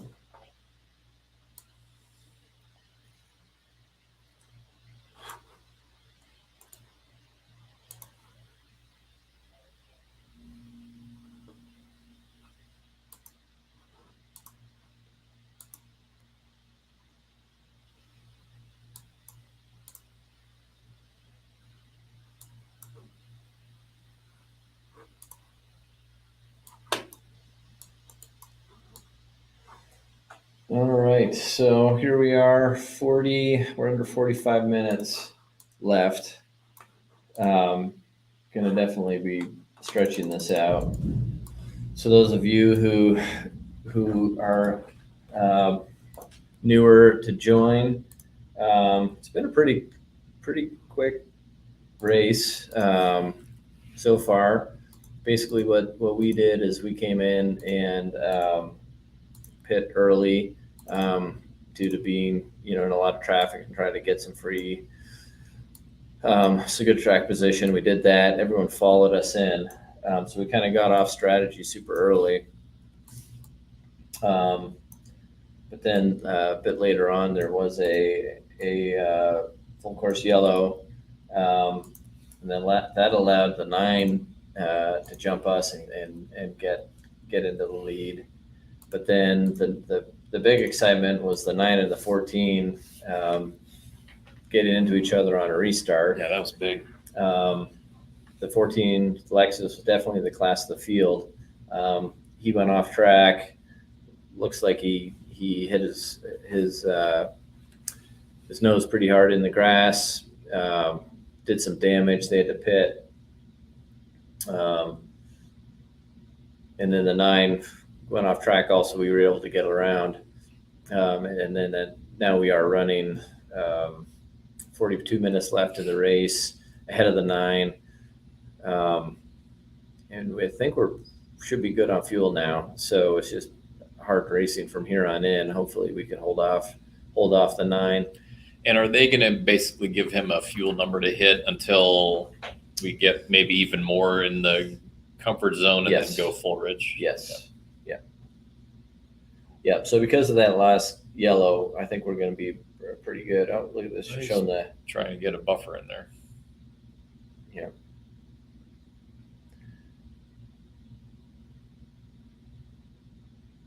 Yeah, we got to be really careful with the 9 behind us here.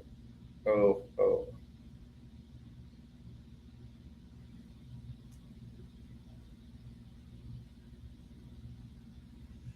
Yeah, they're saying the FAF guys won this event last year.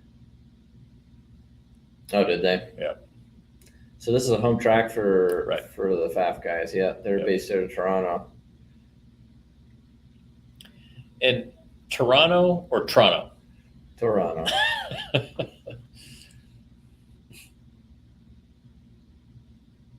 So a lot of chatter from Antonio on the radio. I think watch this closely. I think we get around this BMW, but it's questionable. I think of how it happens. But it's nice they're showing us. There we go. So let's watch this. So there we are on the inside. Yeah. So that maybe a little bit of contact there. Yeah, and then they were complaining about that the 9 was able to just kind of get around that BMW easily.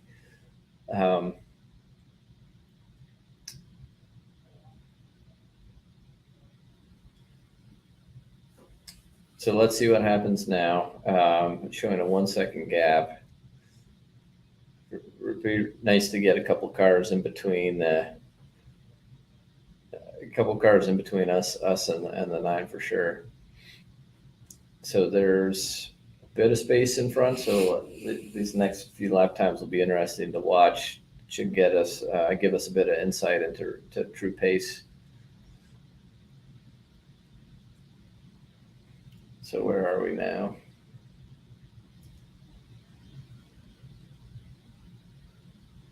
So yes, nice. We're getting a little TV coverage here. Yeah.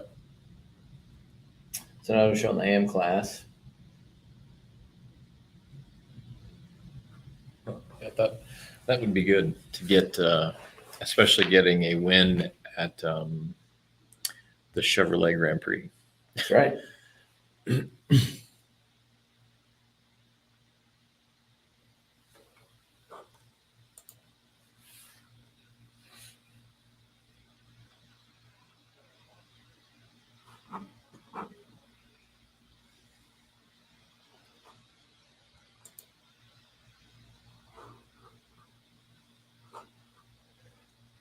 So Richard just posted some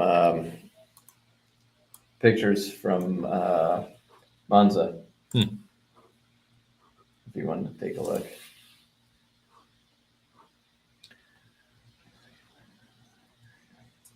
To get up on the Soch.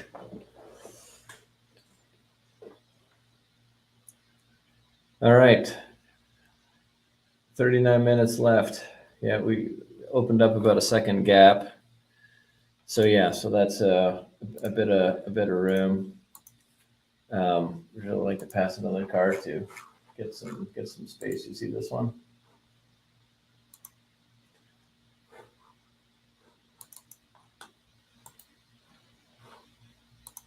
Where am I here?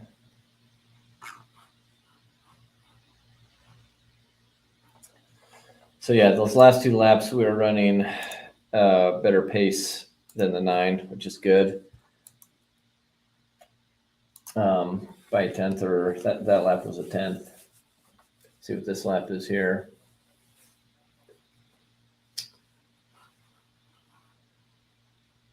No, so they actually made up a couple tenths on us on that one.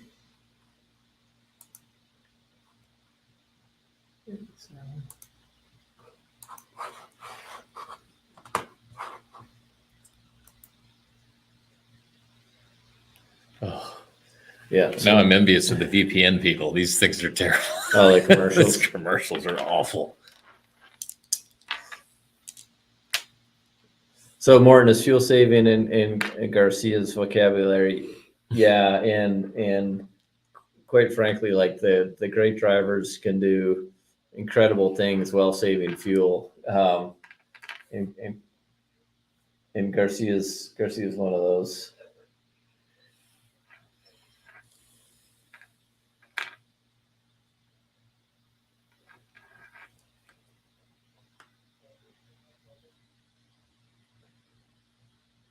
So the incident on track here.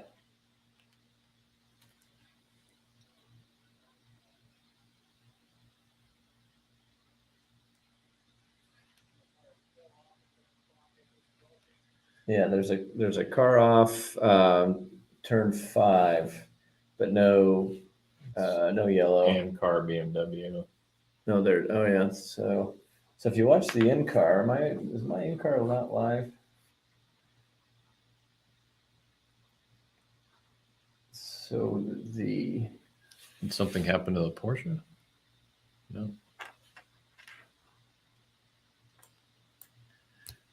Morton, I'm curious, are there a lot of Corvette street cars in Denmark that you see of any generation?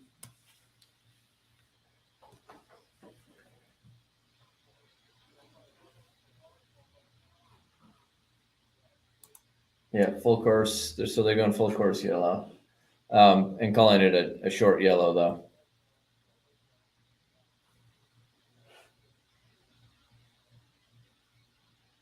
So we definitely will be good on fuel now.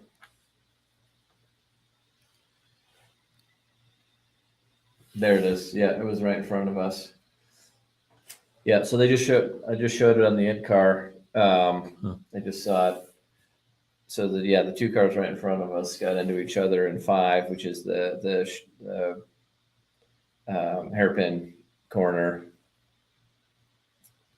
Got it. and the 96 is broken. So I got to go get them.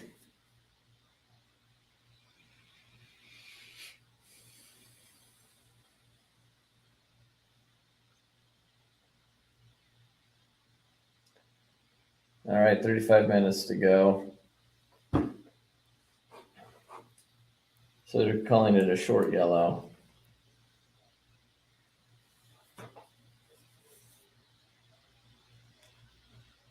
What do you think? They just go on and pull the car off behind that wall and They'll Just to probably clear get no. I think they'll get it back to the pits. Yeah.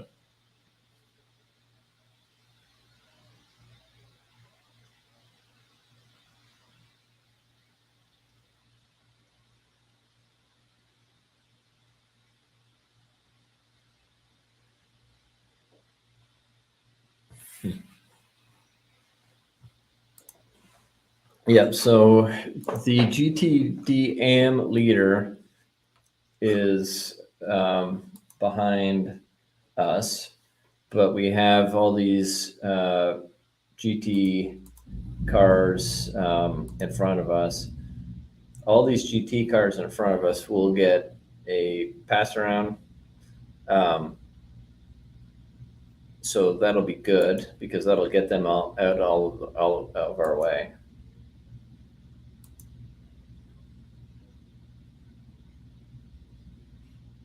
So they're being super clear on the radio right now with Antonio to not take the pass around because a lot of the GT cars around us will.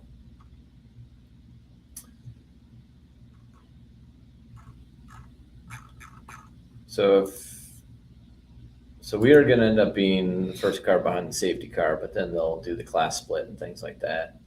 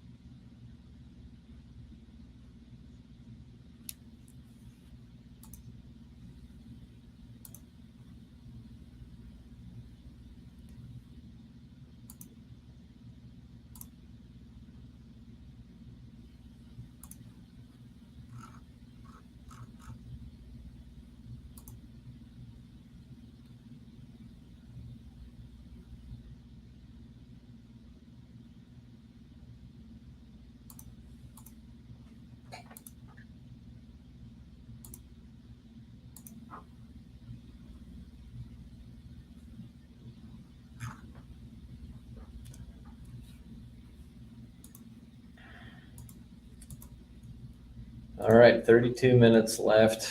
So yeah, we'll definitely be good on fuel. It'll be some hard racing from here on out.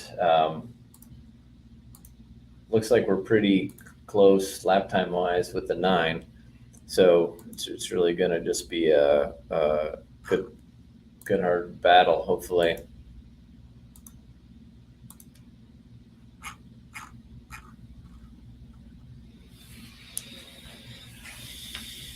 So I just opened Pitt's prototype. So Morton's chiming in here. It says mostly I see C3s. They're affordable compared to the new cars since they can be registered at veteran. A $50,000 car here is roughly, geez, tax and registration. So there are not many U.S. imports. Are you guys going to be doing your broadcast from Daytona in January? Wow. So Daytona in January. Undecided. Our goal is to do it, but we are more than likely going to be in Daytona, so we need to figure that out. But I think what we've learned so far this year by doing this and then looking into next year is to for sure do the same thing. We may do it. We may hand it off to somebody else, but the goal is definitely to do it. But more to come on logistics and how we're going to pull that off. Yep. All right. So what do you think? 30 minutes left. I think it looks pretty good. Yeah. Do they play brake games like they do in Cup on restarts, where they'll drag the brake and try and create a gap? Well, Or is that not gentlemanly enough? it looked like there was a little bit of that on that last restart with the AM car. Yeah, Morton, you bring up a good point. We have discussed that. The one thing that gets a little dicey is going to a track where we can plug into a connected internet as opposed to relying on wireless, because wireless is really bad even at the better tracks. Yeah, we need good internet. Yeah, we have a lot of feeds plugging in that are sucking up bandwidth, so we need to make sure. Although I think Daytona, they have fiber. Yeah, there. Daytona should be fine. Yeah. Yeah, like Mossport would have been impossible. Yeah, for example. But yeah, so the tracks that have the good infrastructure, you could totally do it. Oh, and they got a Corvette pace car. Did you see that? Yeah. I think we definitely need to win. The Chevrolet Grand Prix, they're going to have Corvette everything. Yeah. Anyone needs to go to the hospital, they're going to strap them on the hood of a Corvette. Yeah.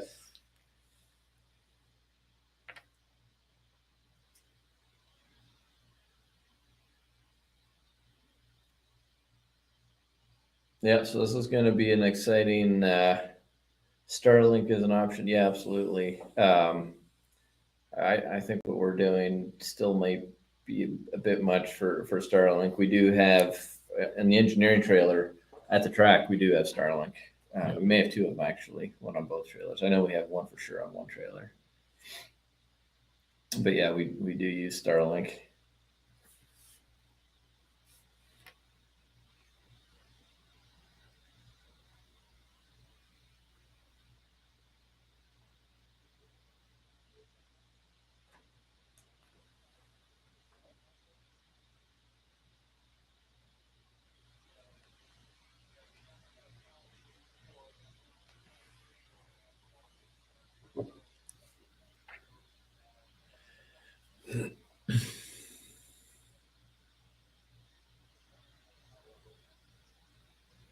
Yeah, so we're talking about the 79 on the radio.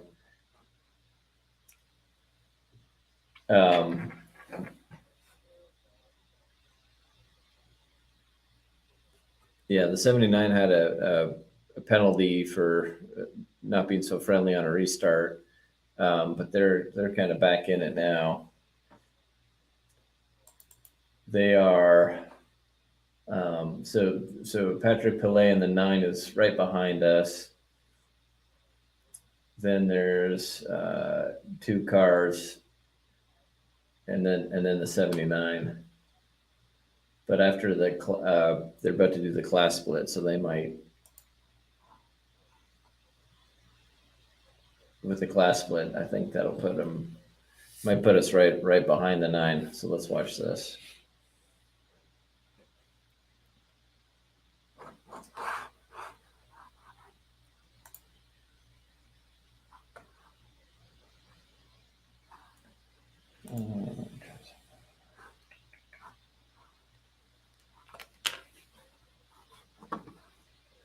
Check the weather. Weather is still clear. A lot of moisture down south, but it's not going to threaten with a short bit of time to go. So that's good.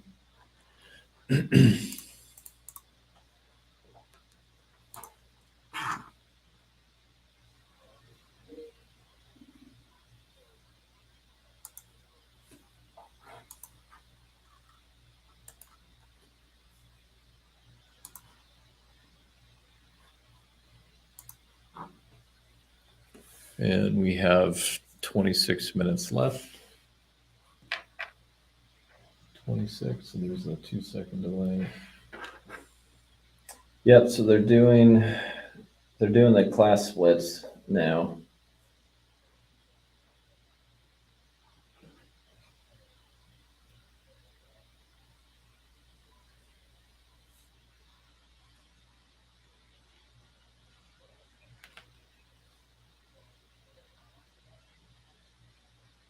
All right. So green this lap.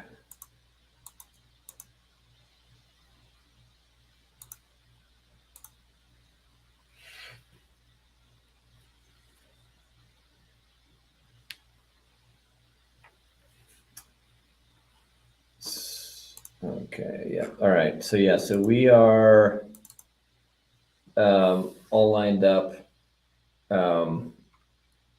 It's us, the 9 Porsche right behind us, and then right behind him is the 79, and then the 14 is back on track, several laps down, like 20 laps down, and is behind the 79. But the 9 and 79, we're all racing for position. 24 minutes left.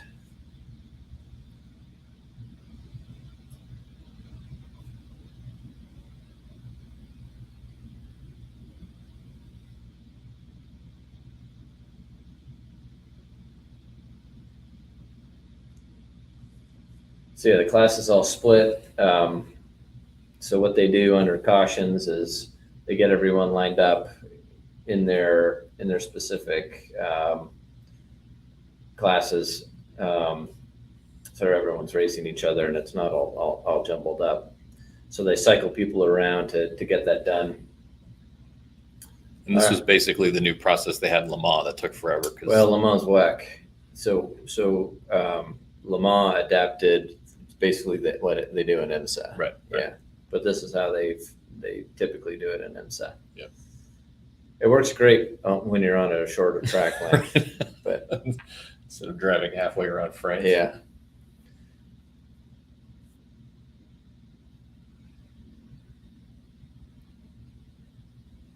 All right, so yeah, on TV here they'll show it going green here. There should be some really good racing here. Hopefully we can hold off. Yeah, on TV you can see our competitors behind us. Definitely the fast guys will want this being the home track and everything, so we'll see if we can hold them off. We do need a win in IMSA. We've not had it. Yeah. We don't have a win in IMSA this year.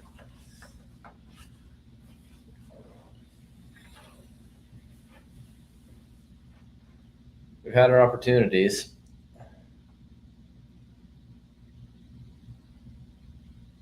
All right, so it's showing the restart now, the pro tapes.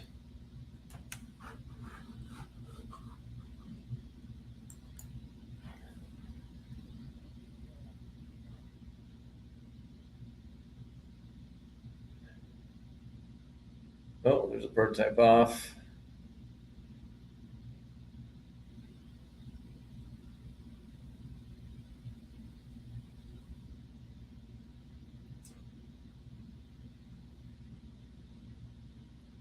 see if we can see anything going on in the in car. The half a second lead from Garcia is still showing a half a second.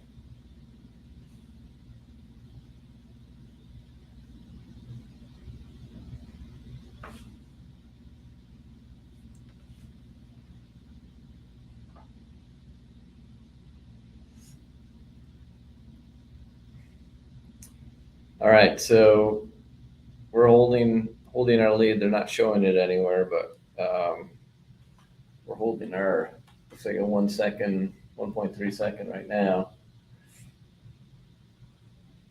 You almost wish we had the in-car had a rear camera right now. Yeah. So we could look at the back and see what's going on.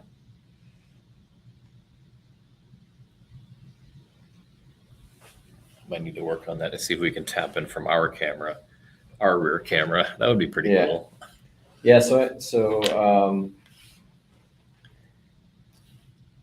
so we have a pretty nice gap. 1 second gap, and ran 2 seconds, 2/10 faster than the Porsche. There you go.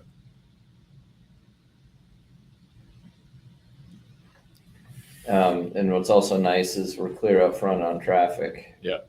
So.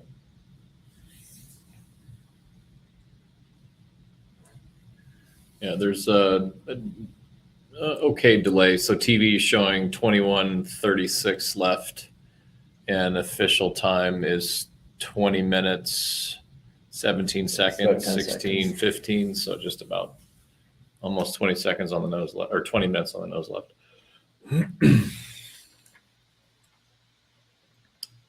Mercedes AMCAR is a tire coming off. Oh, looks like a Tire flat coming off left or rear. suspension collapsed. Looks like a left rear flat.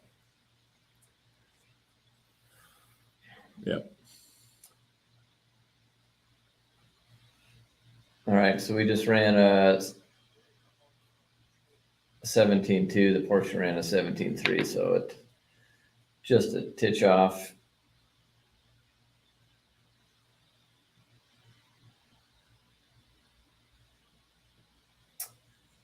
So, 1.3 seconds, 19 minutes left. Yeah, we are good on fuel. So the game is holding off the 9 behind us, and the 79. The 9 looks to have a bit of about a second gap on the 79. So the 79 supposedly has been having some gearbox issues all day. I don't think they're running at full capacity. I can't remember, in our car, is the driver able to see lap times? Yeah. Yep. And is that on the dash or on the wheel? Or where does that come in at? On the dash. Yeah. Yeah, the wheel does not have a display. Okay. Yeah, just those buttons. Yeah.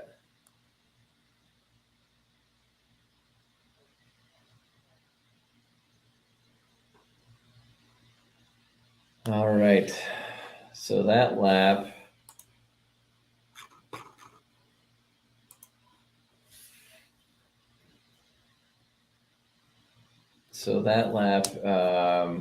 We open it up a bit. So we have a 1.6 second gap on the Porsche. So we have a little performance on lap time, it looks like. So I think we're looking pretty good. We just got to stay clean here for another 17 minutes.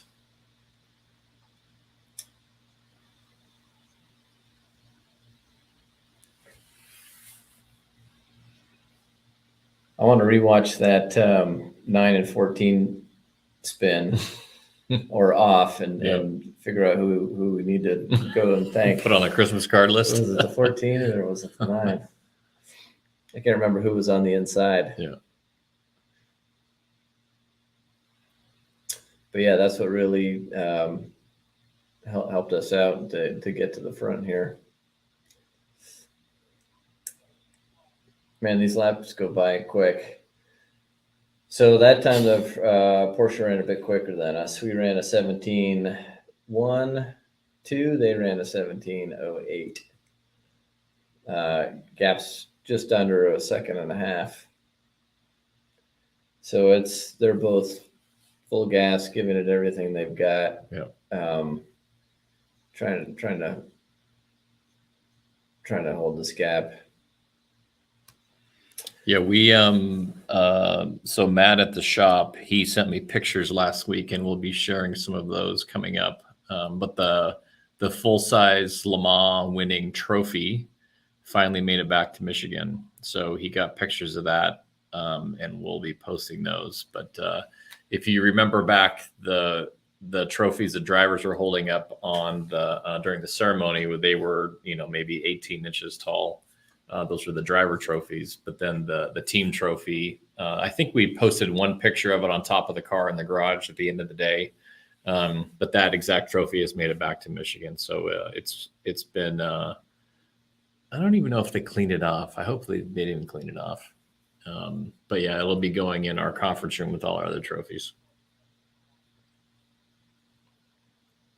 All right, so that lap we ran a 17 flat and the Porsche 17.1. The gap is 1.6.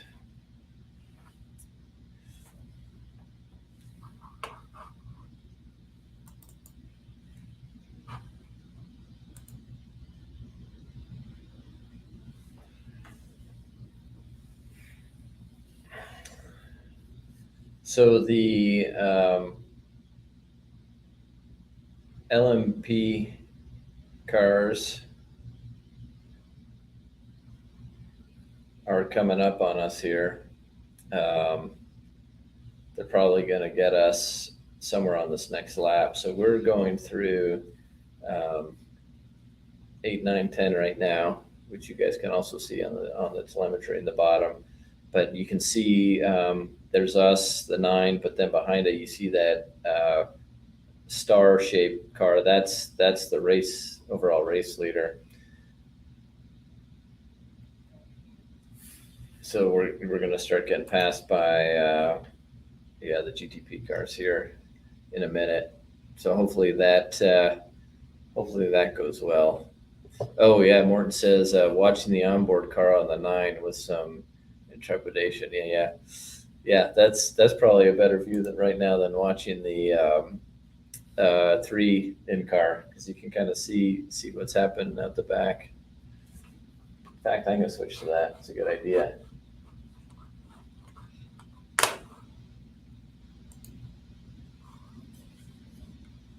All right.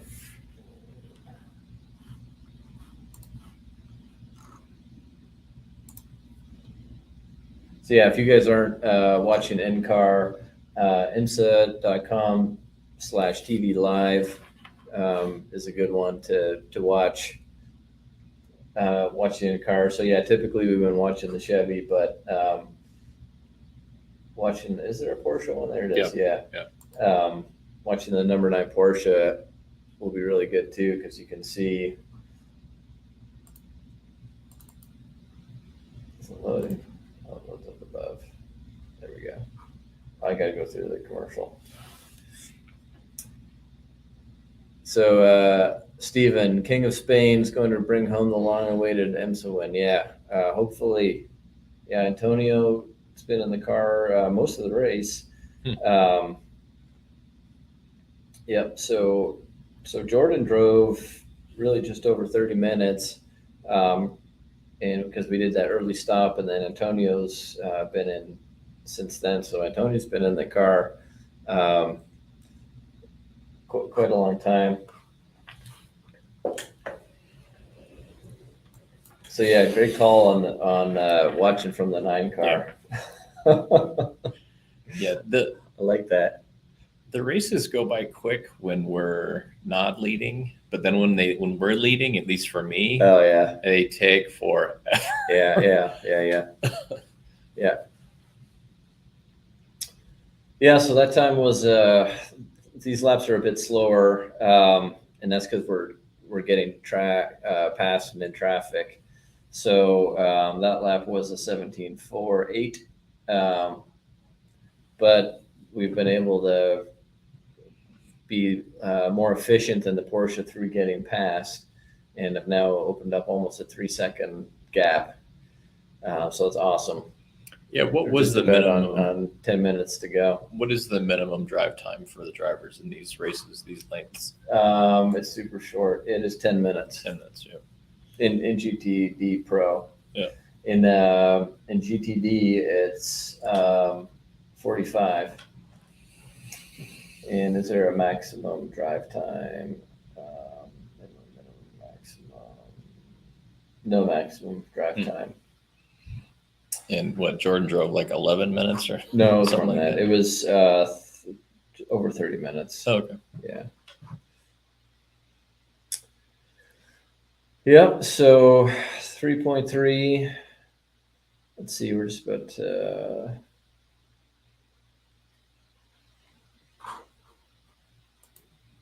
3.3 was the last one. 2.9 on the last one. So this last lap. Yeah, so that lap, the 9 was just a titch faster, a tenth faster.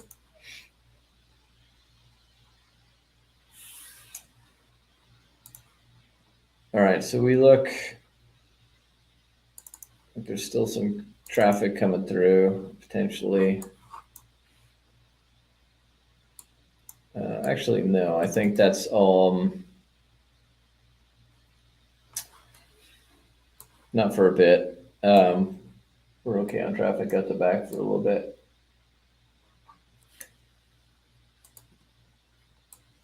So 10 minutes to go. 3-second gap. So more, no, I think we answered that. Yeah, it's whatever I said, 10 minutes. Very low.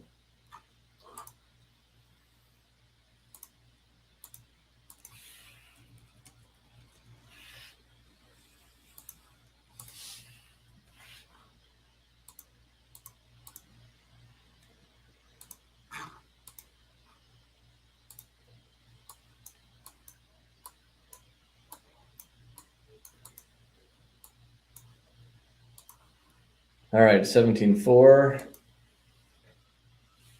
Sub 10 minutes. versus a 17.6. So holding steady.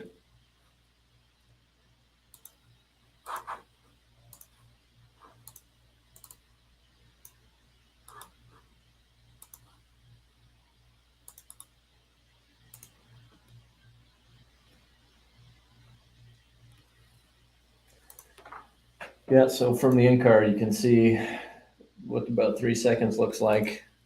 It's not a ton, but it's enough. And it looks like, so we got an LMDH car just came flying by the 9.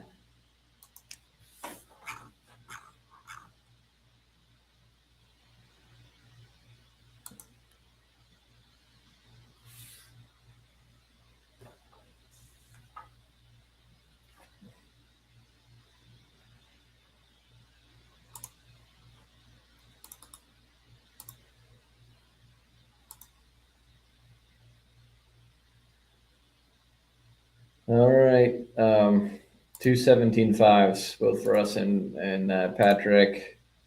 Gap's 3.2.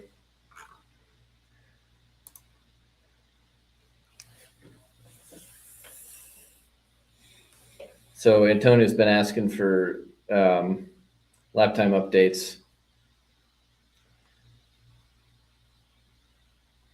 but otherwise radio chatter's pretty quiet.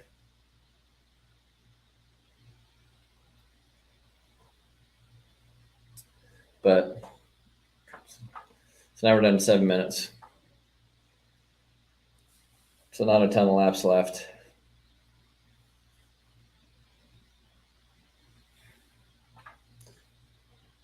What do you think? It takes forever. The final 7 minutes. It's terrible. The final 2 minutes will take even it does longer. take a long time.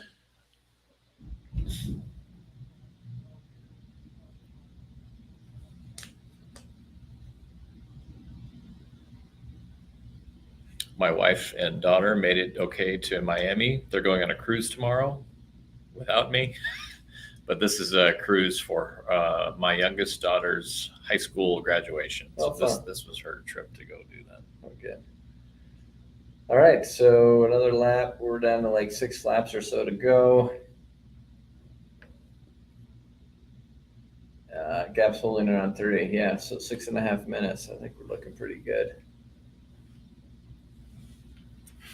Yeah, this race went fairly quick. Yeah. So.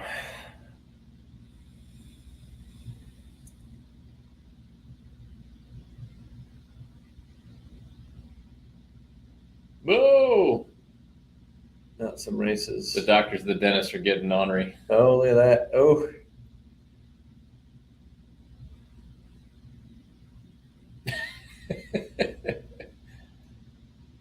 Yeah, it's still green. Yeah, a little excitement there, but still green. JR3 Racing.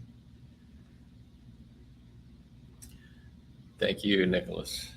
All right, 107, lap 107. Lap times are about the same. Still about this 3-second gap.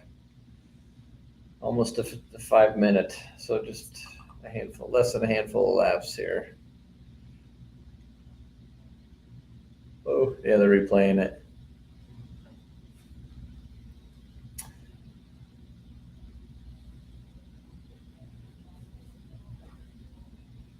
Oh, guys, full course yellow, turn 5. Oh,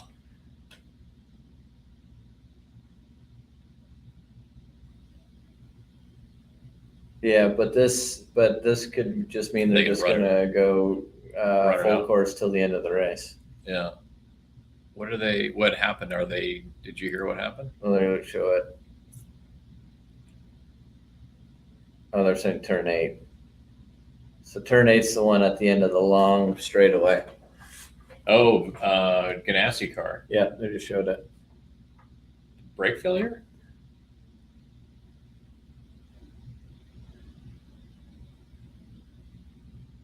Is this behind?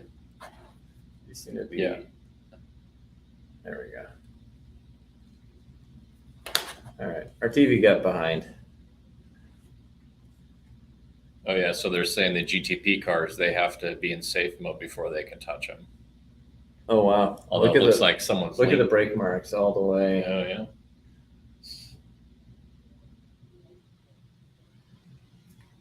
One, two, three. So half brakes. Yeah, I think.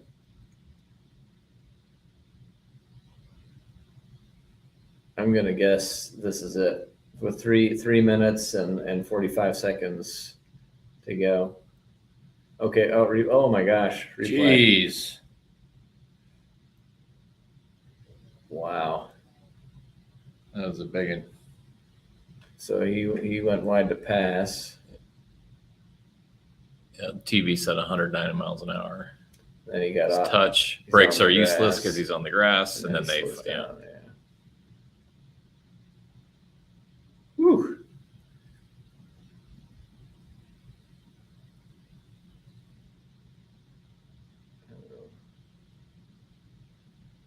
Well,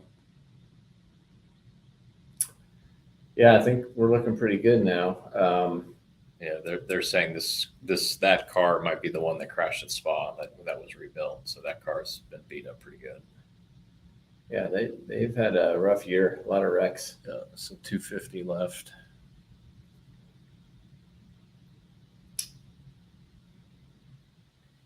So we're talking on the radio that they're going to throw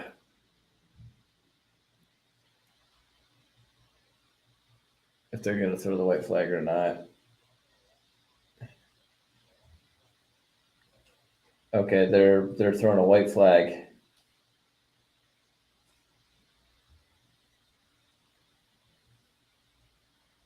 Yep, there it is. You can see.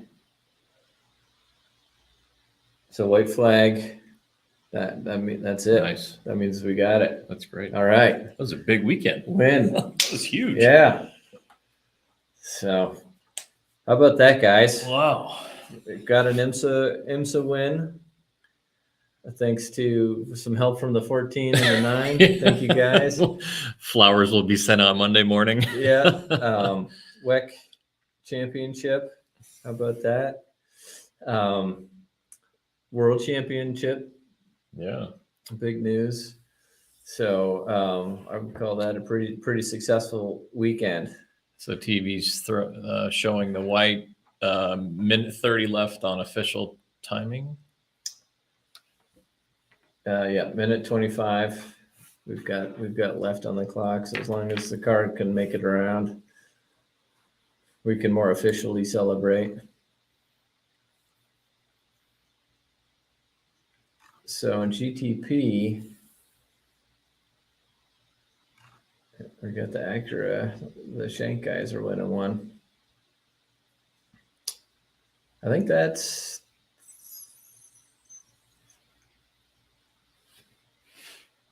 Yeah. Well, here we are.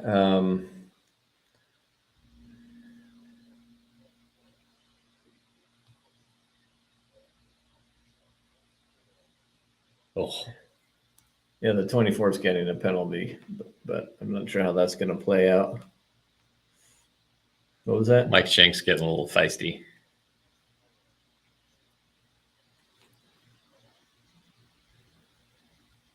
He basically said there's a lot of people coming after him, his family, saying some nasty things. This is a big win for his team. Yeah.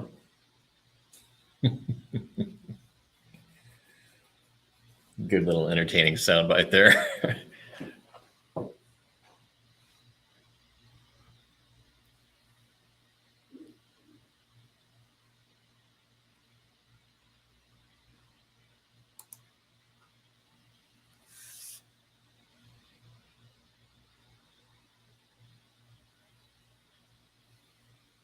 So is that it?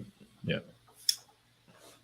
All right, so now I'm going to switch back to our in-car. So we're able to keep the Canadians from winning. So I don't know how I feel about that. All right, let me pull up the in-car.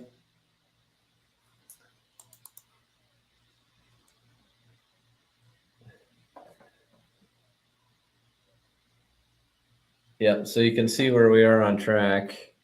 We're still not at the start-finish line. We're going through 10 and still have to make the finish line. But I think we got this.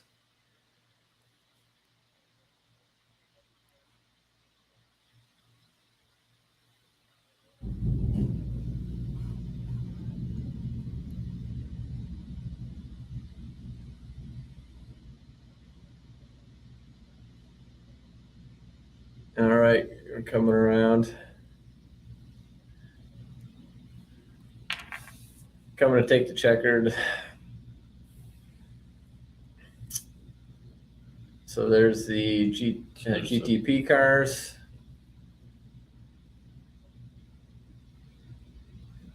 Antonio's chiming in over the weight radio, saying thanks to everyone.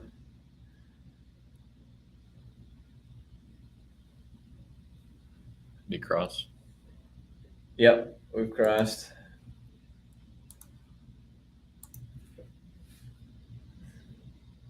All right, guys. Well, Boom. first nice, IMSA year and win of the year. Nice a nice Sunday one there. Won the WEC championship. This is going to help a lot for IMSA points too. Right. So next for IMSA's Lime Rock. Yep. In another couple of weeks. So we plan to be live streaming that.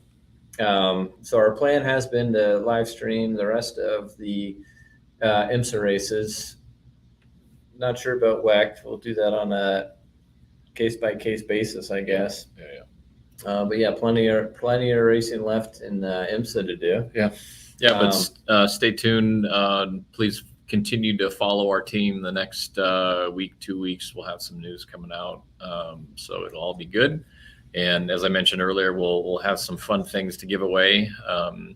Junk to some people, but to this group, not junk. Yeah, that's right. All that fun stuff. Yeah, that's gonna be good. Yeah, so Lime Rock in whatever 2-3 weeks or whatever that is. Yep. We'll be back. We'll be back for that. And yeah, like Brad's saying, follow our socials. We'll try to keep the conversation going. As always, thanks everyone for calling in and engaging with the chat. Would love chatting with you. Love the banner. It's been a lot of fun. We're really enjoying this. Yep. and like to continue it. So Cool. thanks, guys. Have a good rest of the weekend. Yeah, have a great weekend.